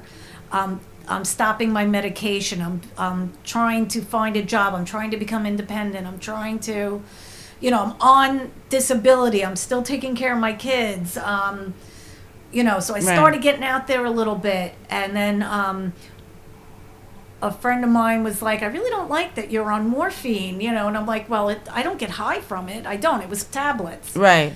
But I was on it, 15 milligrams, What 4 was that times for a the day. fibromyalgia? Well, the degenerative disc disease. With Oh. the, you know, just the overall pain. It Right, would right. knock it down. Just enough to kill the pain, not to make Ju- you feel. yeah, but it didn't right. get rid of it, you know, Right. and it just became you need more and more and more. And over the years, it gradually got more and more and Yeah. more. Especially because I wasn't drinking, you know. Uh-huh. So, Yeah. It's like yeah. substituting. Right. So then, Yeah. because that person, I started looking up and seeing, you know, is there anything else out there yet? And then I came across LDN, which is low dose naltrexone. Naltrexone at 50 milligrams is to get people off alcohol and drugs or help them with it. Low dose is literally 4.5 milligrams. So it has to be compounded. So I go to my pain management doctor because I was getting shots in my neck and my back all the time. Right. Twice a month, and you know, pain management medication, and living like that. I was getting to Right. the point where my brain was getting soft, and you know, I'd be sitting on the couch all day. I'd get out of bed and sit on the couch. I was depressed. I was, Oh you know, my gosh. my yeah. life with him was horrible, so I was depressed. You know, something had to give. He got a girlfriend, and I was happy. Thank you. I'm glad. Get out of Leave here, me right? alone. But Yeah. you know, I'm not doing everything for you anymore. You know. That I'll you still could- cook dinner for the family and whatever. You I know. ain't doing the laundry. Right. No, he does his own laundry, but you know, and then I got on LDN and I started getting better. Like I had to wean off the pain medicine first. That was Right. a month of hell. I think I got weaned off too fast, but once it was over, and I felt better before I even started the LDN. So it was like I was having a reaction. Stuff, is that addictive or no? No. No? Okay, that's not good. at all. Half the time I forget to take it now. Right. It's like, oh yeah, I got to take it. But I might have been having a reaction to the pain medicine, and I was talking to my pain management the other day because I still get shots, and he prescribes the LDN for me, and he said, oh yeah, that can happen. You can end up becoming kind of allergic to it or having a reaction to it. And I'm like, well, no wonder I was constantly in pain, and then I would take pain medicine and it would just dull it, but the pain never got any better. It just got worse because I was having a reaction to the pain medicine. Because I felt a lot better once I got off of it. Right. So people who are on it for too long, it's not, Yeah. The LDN has been heaven sent. In my fatigue, I started intermittent fasting. I lost 30, 40 pounds. But when I cut out carbs, my eczema went away. My fatigue lightened up. Wonderful. Now when I have flare-ups, now I'm on the LDN. Took about 3 months for it to really do its thing, but I felt better pretty much right away starting to take it. It doesn't work that way for everyone with fibromyalgia. Right. But it definitely worked. But they tell you, give it 3 months. I was feeling results before 3 months, so I was one of the lucky ones. Yeah.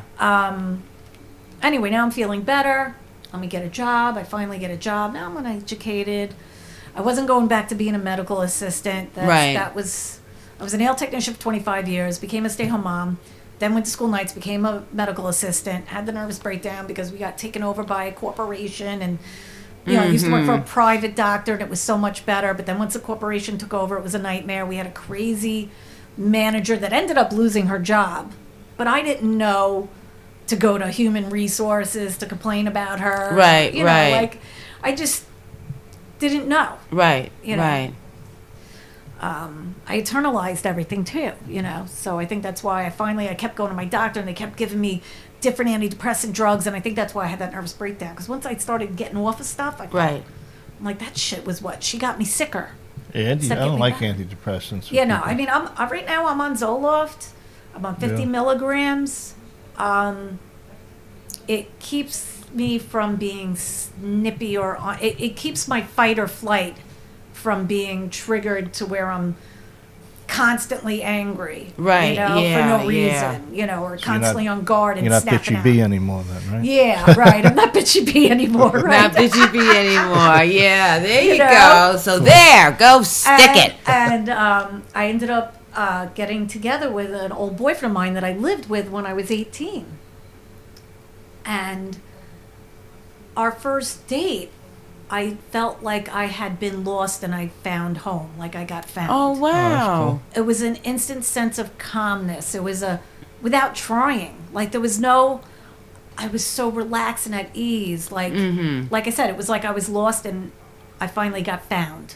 Wonderful. That's wonderful. Yeah, and we haven't even been together a year. And I'm like, he's my calm, my peace. He gives me space to feel safe. I feel safe with him, and he gives me that space. And when I told him all these things that had happened that I wasn't aware of when we were together, he was like, oh my God, I wish I knew. I would have helped you.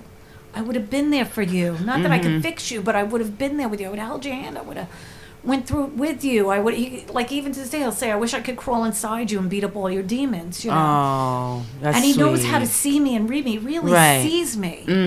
He understands me. He can tell when I'm twisted. He can tell when I'm in thought before I really realize something's wrong. He's like, what's the matter? And I'm like, what do you mean? I'm like, I'm fine, but I'm really internalizing crap, Right, Because I don't even know how to even attach to my feelings.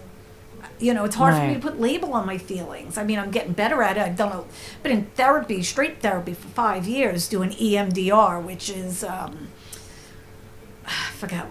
can't even think of what these initials mean right now.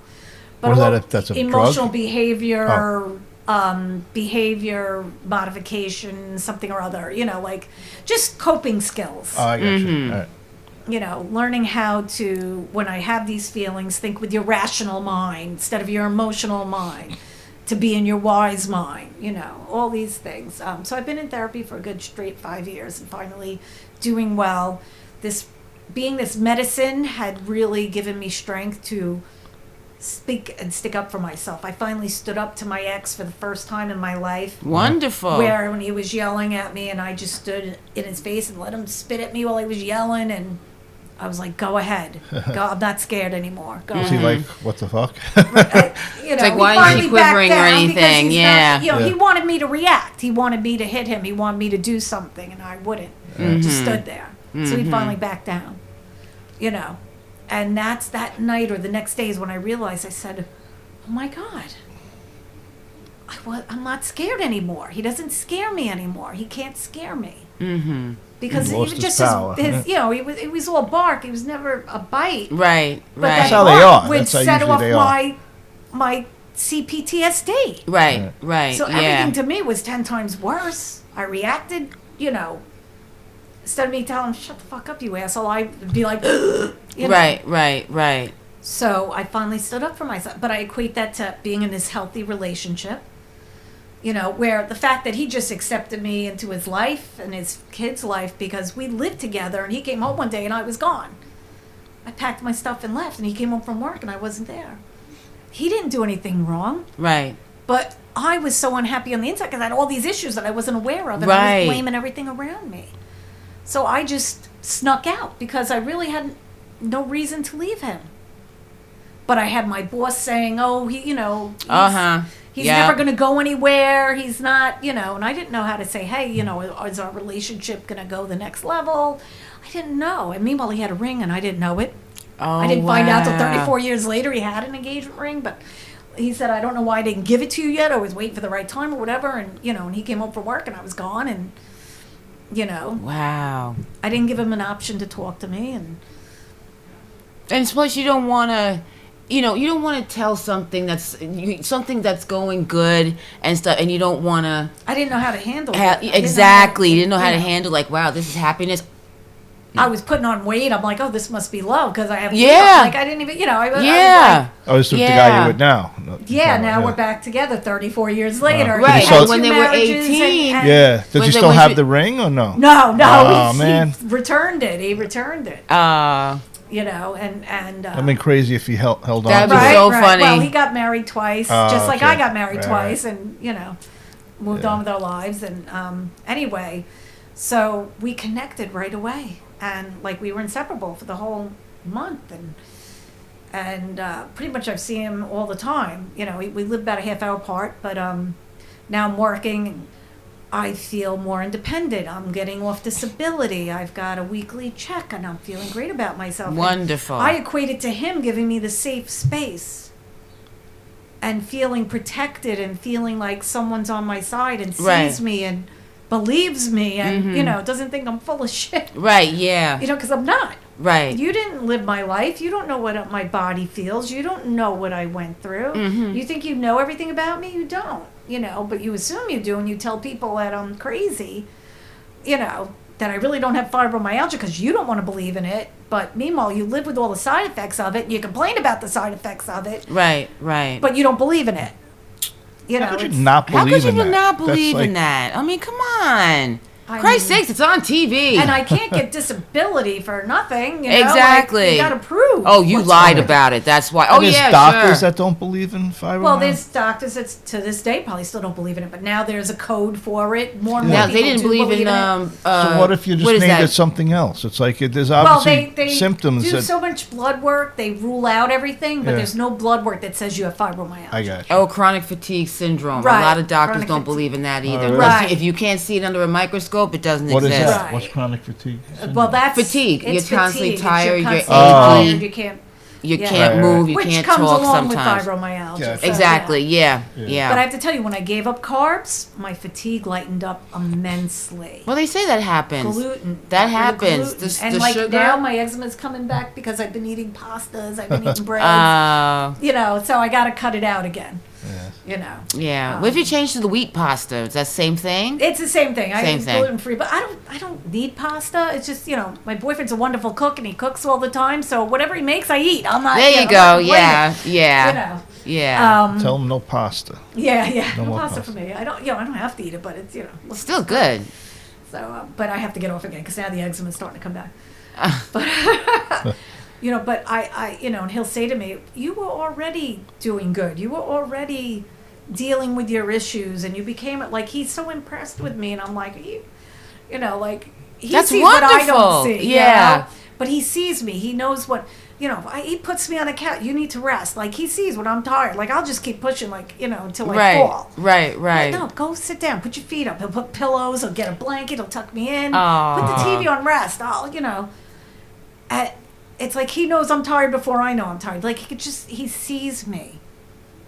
Mm-hmm. And he understands. It's like he gets me. It's like, right, yeah. It's like, oh my God.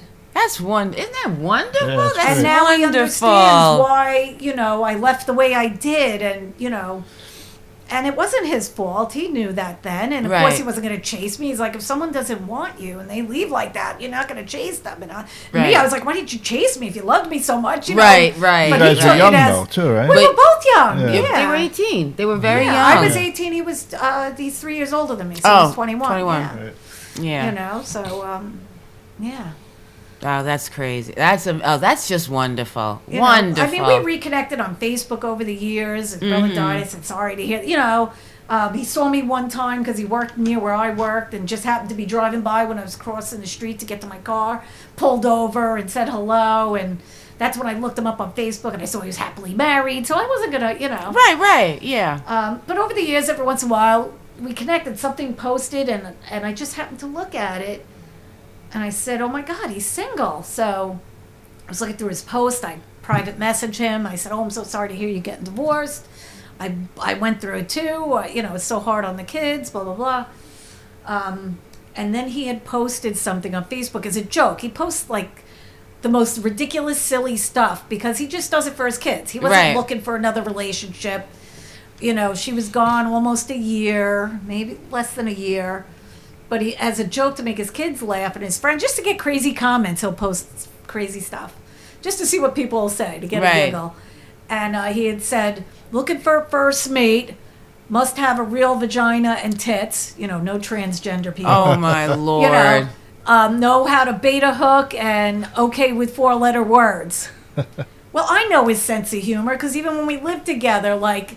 when we went food shopping, he'd have to, say something silly to the register people. We'd have to stop by the 25-cent machine, and if a ring came out, a plastic ring, I had to wear it.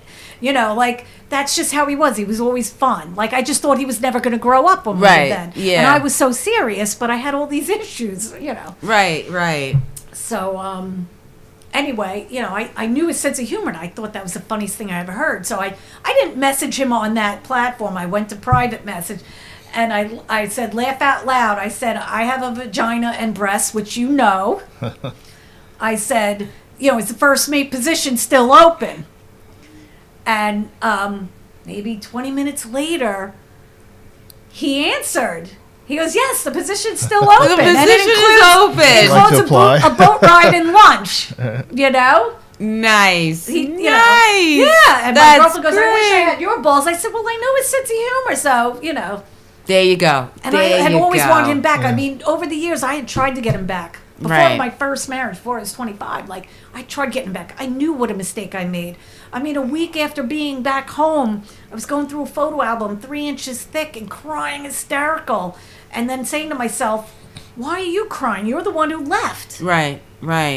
Because I loved him so much, but I had my boss in my ear saying he's not going to go anywhere. I think she wanted me to date her son, So, I didn't trust my gut. I didn't trust my instincts, so I was listening to her because I looked up to her because she was a single mom, owned her own business and making cash money, So I listened to her. Oh. Right. So... yeah, that was devastating. And then over the years, I would hunt him down because he was a landscaper, and I would find him, and but he would give me the time of day. He'd say hello and be cordial. Right. But he was hurt. I didn't know how hurt he was. I didn't know. I was oblivious to other people's feelings, because you were dealing with your own. I was oblivious to my own feelings. Exactly. I couldn't even relate to my feelings. I couldn't tell you what I was feeling. Right. You know?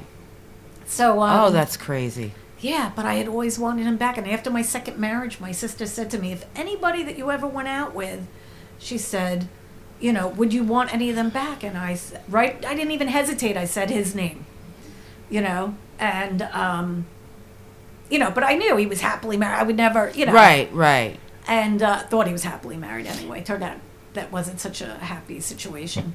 Oh, darn. For him, like, he was getting verbally neglected or abused, or, she was a narcissist, his second marriage.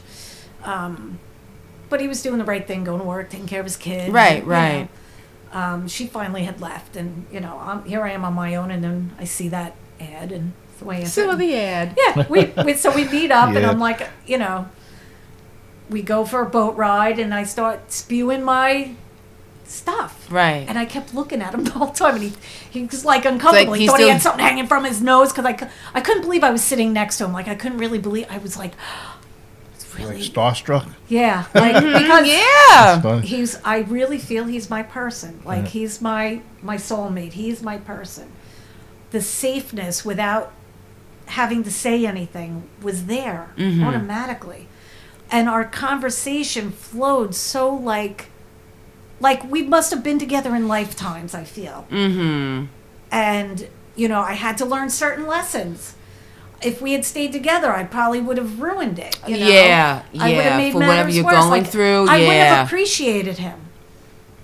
Now, after everything I've been through and understand, I appreciate the person he is and his sense of humor, and he takes care of his responsibilities. He's just a funny, fun person. That's wonderful. He knows how to have fun. He knows how to laugh at himself. He knows how to, Yeah. It's clean fun. It's not never malicious jokes or mean jokes.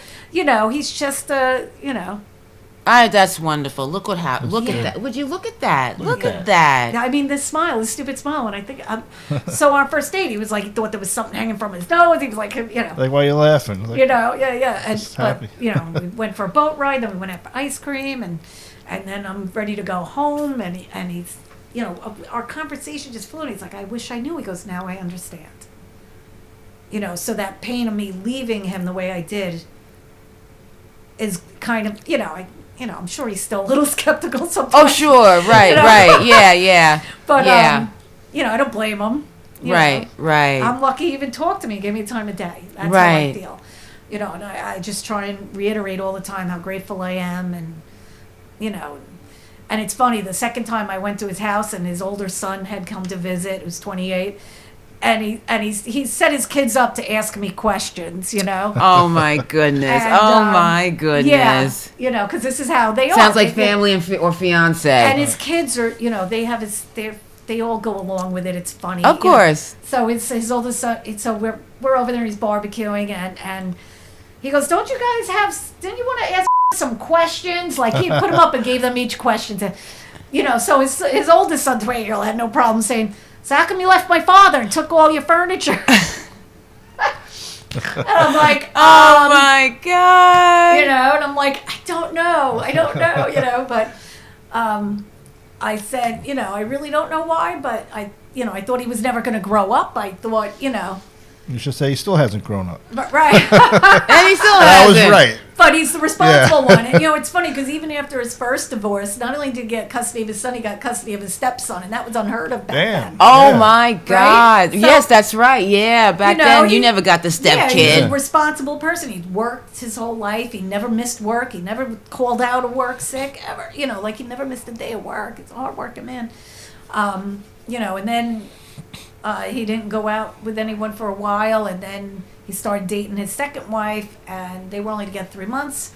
She thought she couldn't have kids. Well, guess what? She accidentally got pregnant. So he did the right thing. They got married, and then they had more kids because they, why not? Why not? Now she knows she could have kids, so yeah. But, of course, she was unhappy. She was raising 2 other kids that weren't hers, and, Well, that's what happens when you marry a second time. Right. Well, you marry someone that has children. For her, it was a second marriage as well, because she thought she couldn't have kids, and, hence the accidental pregnancy. But they made it work for the most part, But she wasn't happy, and, over the years it was put downs on him, and, so finally she left, and I'm grateful. 'Cause I wouldn't have got him then.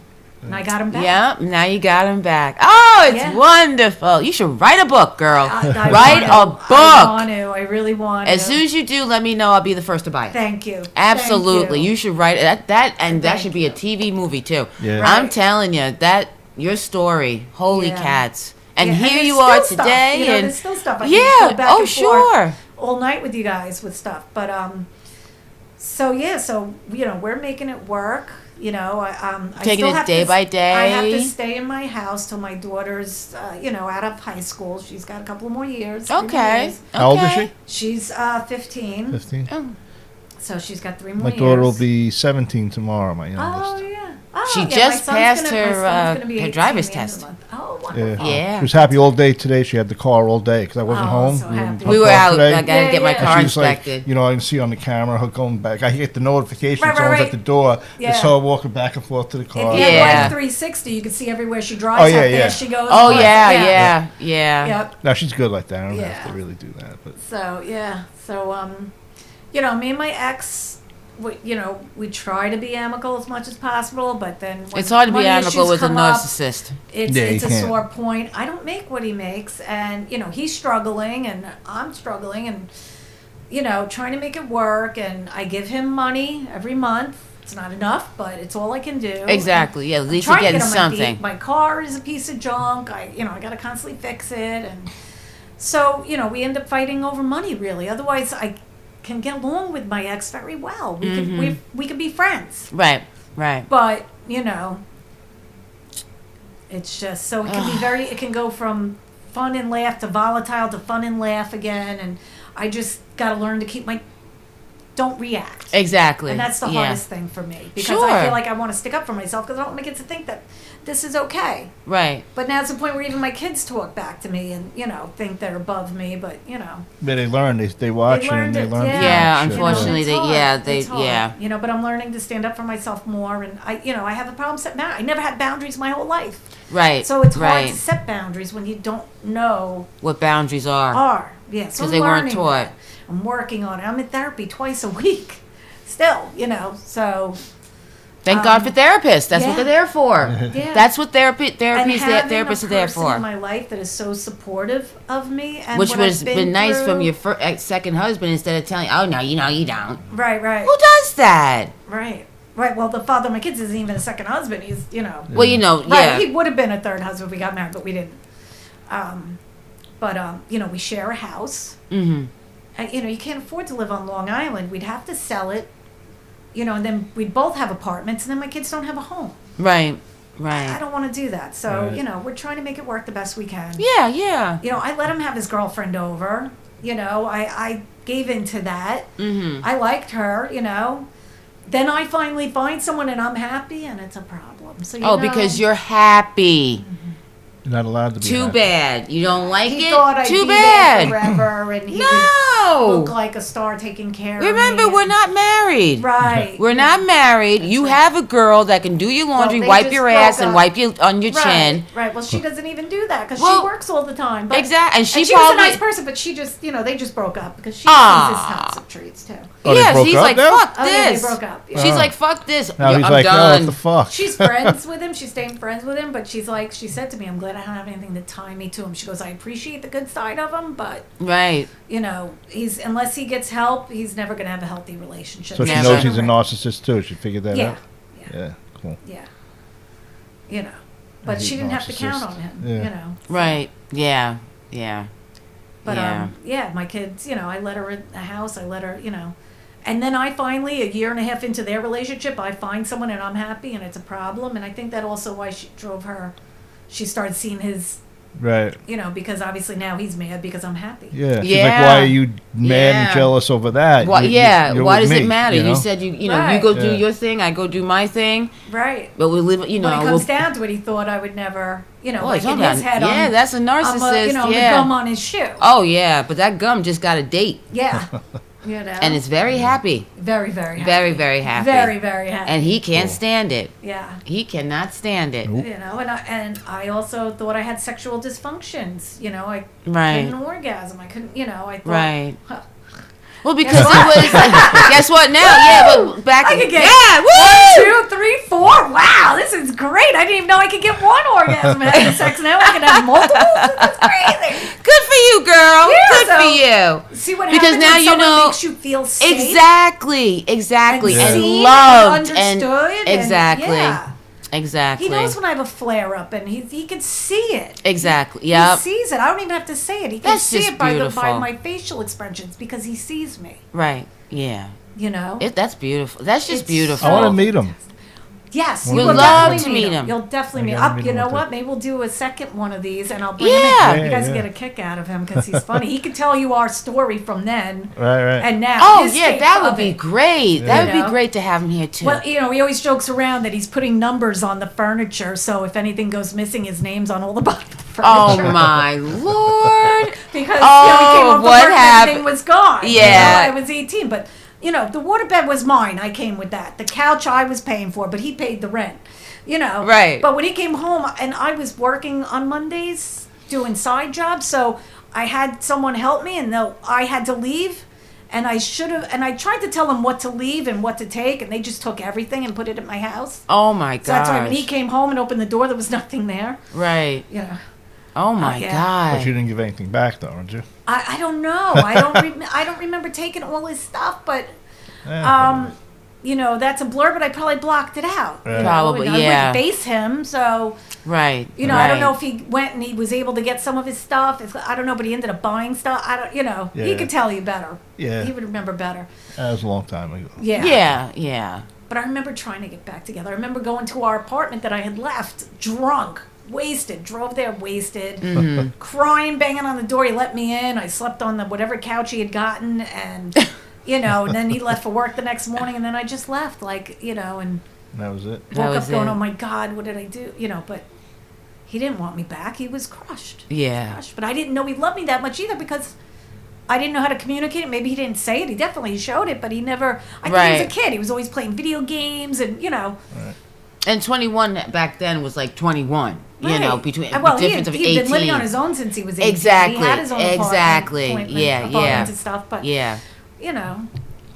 He was just that guy who always joked around and laughed, and I just thought he was never going to grow up, and I didn't know how to say, hey, Right. I didn't even know how to relate to my own feelings, to express what I needed or wanted. Right. Or just, hey, are we going to eventually, where's this going? Instead, I was just so unhappy on the inside, not knowing it wasn't him. And then you had that little bird in your ear. Yeah, the bird in my ear, Yeah.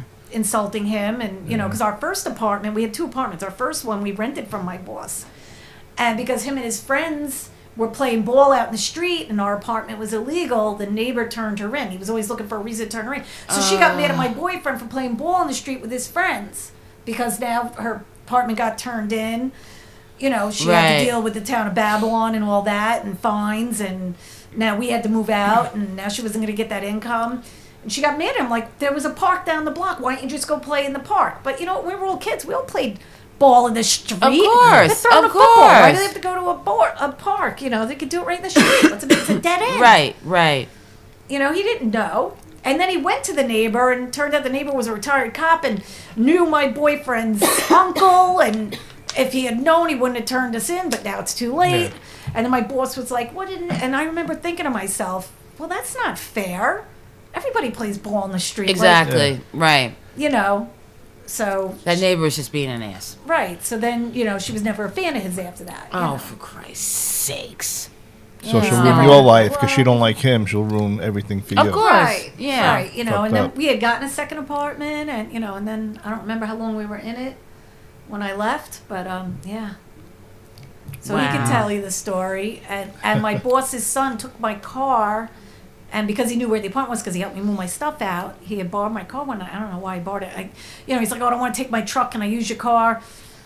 And I didn't know, but he went to the apartment. He threw a brick through the window, and he missed my boyfriend's head by just whew, and it hit his brand new TV that he just bought because he had no TV, and he was sitting on milk crates watching TV and chipped his new TV.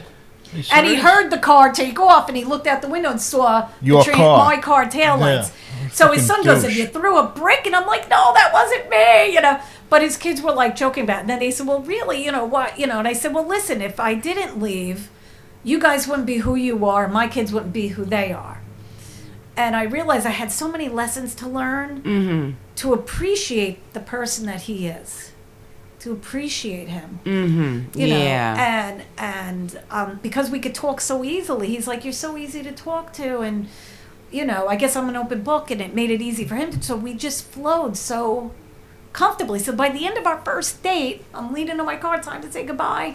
And he looks at me and goes, well, it's time for that awkward kiss. And I just turned and looked at him and smiled like, please, yes, I've been waiting for this for 34 years. That's amazing. Oh, you need to write a book. Yeah, I got the first kiss and it was like, So, the next day was my birthday. So he didn't want to see me that day. It was awkward. He's like, go out with your friends, have cake with your kids, and I did. So then the next day after that, we had our second date. And, we went to Swiss Point to Tiki Joe's, and a band was playing, and we walked around the TWA Memorial, and we were sitting on the bench, and we were just talking and catching up on everything, and he goes, I had a ring for you, and I was like, what? Yeah, I think I had it 3 or 6 months. It was in my pocket. I had it. I'm like, what? I'm like, you didn't have to tell me that. That's what I wanted, Oh my God! I was like, he goes, yeah, but I can't keep that in. I can't have a lie. I don't want to. What if you find out down the road, and wouldn't you be upset? And I'm like, I don't know. But I was like, damn you! Why did you give it to me? But I would have ruined it because I had so many issues. Right. But he was like, if I was there with you, I would have held your hand. I would have, I would have helped you through it. Right. But you're probably thinking that you telling him might ruin what was, good. But like even then, I wasn't aware of it until I was 33, which was how many years later? So many years later. Right. Crazy. Yeah. That's so crazy. And now you're together and you're worked out. Yeah, he tells me journal, read your books, journal. He'll put your feet up. Like, if I go down, or when I sleep over there, I go down early and I'm reading a book and he comes in, he goes, that's what I like to see. You just relaxing and doing what you need to do for yourself. Like, he's just such a caring human being. And loving and understanding. And, something you've been missing. And you look at him, he's a 6'2", he's got tattoos, he's got, bald head, a goatee, and people think he's a dirtbag, and he's not. He's never done a drug in his life. He never drank.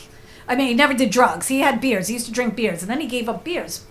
And now he just drinks Mike's, that's it. But he never did a drug. He was like a Catholic schoolboy. Wow. But he grew up in Copiague, and, his brothers were roughhousers, and so he had this, reputation, but it was really based on his looks and not him as a person. Right. Wow. Yeah. So he got tattooed at S&W, probably. Yes, he did. Yeah. Yep. And from a friend. One of his friends was just learning a tattoo. Miscellaneous tattoos. It'd be like, do something. He woke up in the morning and was like, he didn't even know he had the tattoo because he was drunk from beer. He's like, hey! So, yeah. Hey, that looks pretty good. Where'd you get it? I don't remember. I don't even know what it is. I don't know. Him and another guy had the same tattoo. They were both, But he didn't even remember getting it. Right, His hand was wrapped up. It's like, thought he had a fight or something, and he, woke up. It's like, what happened to your hand? It's like, I have no idea. Yeah. That's cute. I feel blessed. I feel so blessed to have him in my life now. Like, I thank God all the time. I'm like, thank you for... And I thank him for giving me a chance because, if someone did that to me, fuck you. I ain't gonna... Exactly. Yeah, bitch, don't hurt me. No. I'm time of day. Are you kidding? Yeah. You hurt me, Right. Oh, it's just wonderful. Yeah. It's just a lovely story. Yeah. It's a lovely story. So his kids still tease me. We'll be eating dinner. It'll be like, Barbara's moving the furniture an inch every day, like... They got like the sense she's got a diorama at home at the place. She's figuring out how she can take the furniture out. And, so it's a joke. It's a poke fun. And you should hide something, like put the couch in the garage. Or something. Right. Like, where's the couch? He'll come be like, where's the couch? She took the couch. Right. Where's the TV? Yeah. Oh, that'd be funny though. They tease me now. It's They tease me. That's cute, though. That's wonderful. That is just wonderful that you have... So we can laugh about it, Yeah. At first, I'd be like, just stab me in the heart with a knife and twist. Right. I'm sorry I did that to you, because right away I just felt that connection as soon as our first date. And like I said, the next day was my birthday. I didn't see him. The day after that, we saw each other every day for a month straight. Wow. You know, and then I got a new job, and so yeah. It's been, really good. Good. That is amazing. That's just wonderful. Wonderful. So You've gone through like, so much. Listen to this, and if you have questions, and send you questions, and maybe we could do this again. And yeah, definitely. You know, definitely. If you have questions, Absolutely. you guys have questions you want to, you know, and I'll bring him in on it. You Absolutely. Love to hear his side of it. Yeah. I would love to hear his side when he came home and opened the door. I'd be like, echo, echo, echo, echo. Yeah. Wow. The landlord said to him, "What are you doing here?" You know, because she thought, you know, he was moving too. And he didn't even know I was moving. Oh, my Lord. Yeah, he's like, why'd you move the furniture out? He's like, I didn't. Yeah. I didn't move the furniture, I swear. I didn't do anything, yeah. No, that was the movers. I put names and stuff, but they just said, fuck it. Yeah. They just took all of it. Yeah. Wow. Wow. Yeah. Amazing. Amazing. Yes, so we definitely have to do this again and bring him for with letting me you. tell my story, and you know. No Absolutely. And I got to tell you, you know, like it took me a long time to realize my mother didn't ask to be mentally ill. Exactly. Yeah. Yeah. No one wants to be crazy. Who wants to be crazy? No. But until I was 25, I didn't understand that concept. Mm-hmm. When the last time she tried to commit suicide is when, that I realized she didn't ask to be crazy. She didn't ask to be mentally ill. Mm-hmm. And I could understand her, Yeah. you know? Absolutely. Absolutely, yeah. Yeah, she had no control over it. No. Exactly. Who wants to be batshit crazy? Get electric shock and, Yeah. you know, be on all these crazy medications and... Those don't help either. No. I think they make you worse. They just, it's a money thing. Yeah. It's a money thing back in the day. I mean, there are medications that help people with certain things. I fully believe that, but are people overly medicated and you're not going to the root cause, you're just treating the symptoms of the cause. Yeah, you know, yeah. It's hard. It is. Yeah. You know, I want to get off everything, but until I'm out of my living situation that's Right. toxic, Mm-hmm. I tried weaning down, and then I'm too edgy, so Mm-hmm. You can't move in with your no. boyfriend? That, you know, not yet. We're Right. not even together a year. Like, I got you know, you. and my daughter, I got to be by my daughter. I go Right. to his place on the weekends. You know, I'm at his place 2 nights, maybe 3. Home definitely 4 nights a week. Right. You know, Mm-hmm. Yeah. Yeah. break it up sometimes, and you know. Yeah. Mm-hmm. Mm-hmm. Awesome. Yeah. Awesome. Yes, you must write a book. You should really write a book. I really do. Absolutely. I really think you should write a book. I'd love to collaborate with my siblings that are alive still. You know. Mm-hmm. Yeah. So they could touch on their childhood with a mentally ill mother and a, you know, sex-crazed father. Right. You know, Right. Unbelievable. pervert Wow. pedophile that looks like a sheep, you know. Unbelievable. Yeah. Unreal. Yeah. It's just the craziness. Any And questions? you're just a survivor? I mean, unreal. Unreal. You know, I came to terms with that a long time ago, and, you know, and I'm healing from the causes of it. I'm Mhm. working on my reactions to everybody else in my life because of my PTSD, you know, makes me react in ways that I shouldn't, Right. or over too much, or, Right. you know. What would you tell someone like that's listening to this and going through the same thing? Like, what advice would you give them? Go inward, journal, read self-help books, get therapy. And this book, what's this one Get called? therapy. This book is called The Body Keeps the Score, and it's the brain, mind, and body in the healing of trauma. And that's Bessel van der Kolk, MD, Kolk. Kolk. Yeah. Okay. Mm-hmm. There's another book, Secret Survivors, and I believe if it's not by Louise L. Hay, it's from someone else, Louise something, but I think it's Louise L. Hay. Anyway, it's called Secret Survivors, and that's about the effects of incest on people. Even people who block it out can read this and relate to the side effects from it. Mm-hmm. You know, like some people don't even realize they were incest survivors because they blocked it out so much. Right. You know, so right. and which is what I'm reading in this book, The Body Keeps the Score, about a woman who was in therapy because she would, you know, attack men after having intimate relationships with them in the morning, or if they moved when they were asleep, she'd freak out. Oh, wow. And then they'd run away, and she didn't know, and till she was in therapy for a long time, and then it finally, they had her draw a picture, and even that picture still didn't click in her head that she was an incest survivor. Right. So this, people don't realize, they block it out. She was a control freak at work, and everything had to be a certain way, and Right, because that's where she had control. She didn't have control back home. Right, people get isms. They call these isms. Mm-hmm. Everything has to be perfect. You have anger issues. You have this. You have that. Everything has to be a certain way. Mm-hmm. There's so many isms. Mine was alcoholism. Mine was alcoholism. Yeah, I mean, I dabbled in drugs, but alcohol was my. Was your key? Yeah. Was your go-to? Mm-hmm. Wow. Which had all its implications. I got lucky. I never got pulled over. I never killed anyone that I know of.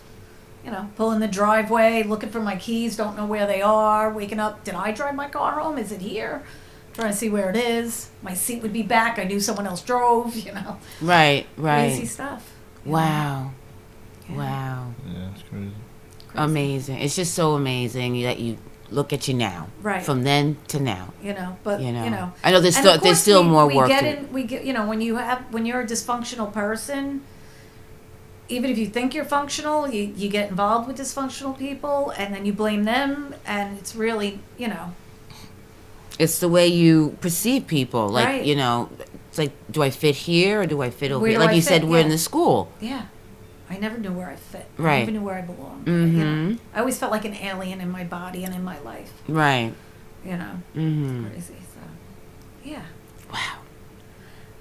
So, we're good? Yeah, we're Anything good. else? I guess No. no. Well, we're gonna do a part 2 on here, man, with your man. Yeah. Gotta bring your man. Yeah, definitely. Definitely bring your man so we can hear his side. Definitely.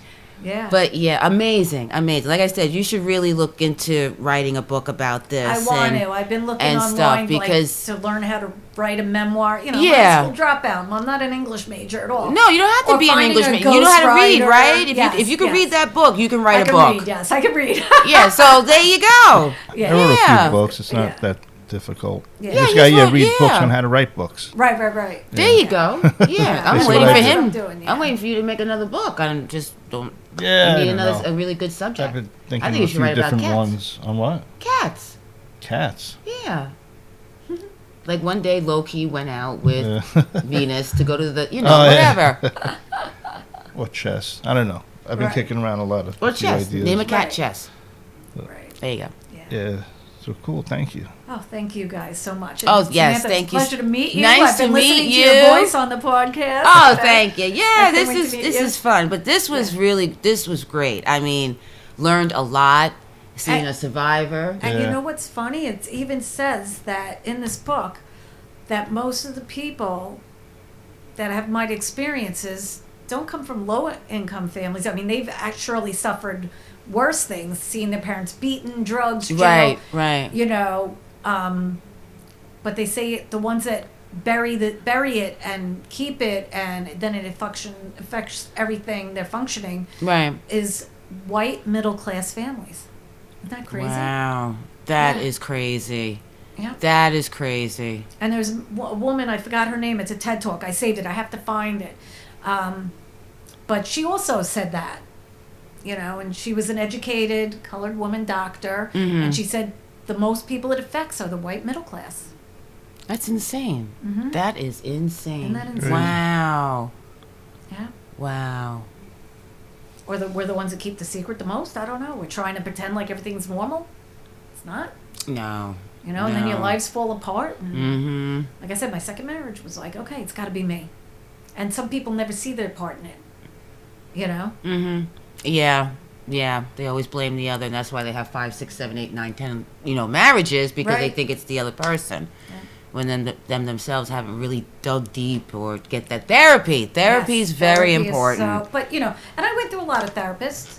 Don't get me wrong. I went through a lot of therapists till I found the one that was right. Well, that's what they're there for. You don't have to take the Yeah, first shop one. around. Exactly. You Yeah, don't you take do. the first one you see. You got to, You them gotta to feel them safe. out. You got to feel safe with them. Exactly. Exactly. Yeah. Absolutely. But I got lucky. I got a good therapist, and even though she's young, she's educated, she's Mhm. smart. She gives me a safe space. She helped me to Wonderful. understand my behaviors and my reactions, and give me coping skills. Good. You know, Good. coping tools. Yeah. Yeah. Get off that. Try to do without medication and stuff. medication, You know, with the like that coping shit. skills and Yeah. the talking and stuff. You know, because therapists, some of them out there are just I Dr. wanna help Feelgoods. Here, people take that this, have take been this, through, take that. You know, some people are, I can't go to therapy. They have a stigma about it. And so I want to be out there to help people and let them at least have a place to tell their story. Exactly. I can't Exactly. give them a therapist response, but I can give them a response as, I understand how you feel because I felt that way too. Mm-hmm. You know, and then lead them onto their own self-exploration. Well, that's the thing with PTSD. People have PTSD, like veterans or abuse survivors. You have to talk to people who have the same experiences. Right. That's Right. the only way to get through it. Like Yeah. a veteran has to talk to other veterans. Right. Right. Yeah. And Right. child abuse survivors have to talk to other people that went Right. through that. Exactly. Exactly. Yeah. And people that are victims of narcissistic abuse too. Yeah. I really gained a lot from watching YouTube on narcissist, learning lines to stay in a rebuttal to, and understanding, it's not me. Right. It's not me. Yeah, I had a part in it because it takes two to tango. Right. Right. But I didn't stand up for myself. I didn't know how to. Now I know how to. Yep. Yep. And it took a long time. I'm 55 and I'm starting my life over again. I think that's when you're supposed to. Yeah. You get to start your life over in your 50s. And I'm grateful that I get to start it over again and staying stuck in that same horrible situation. Right. That's Right. good, though. Yeah. Yeah. So, thank you guys so much. Oh, you're you. Thank you. Thank you for coming on. I'm sorry I kept moving back. Oh, that's all right. No worries. I can fix it in post. Okay. Yeah. All right. All right. Cool. Thank you. So, Thank you, Eric. this was wonderful. Thank you, Samantha. Oh, thank you. Thank you so much for coming. Yeah. I appreciate it. And Yes, thanks for part hosting. 2 will be coming up with her man. Yeah. And we're going to get his side of the story, ladies and gentlemen. This should be good. Yes. All right. Everybody have a good night, and we're signing off. Good night, y'all. Good night.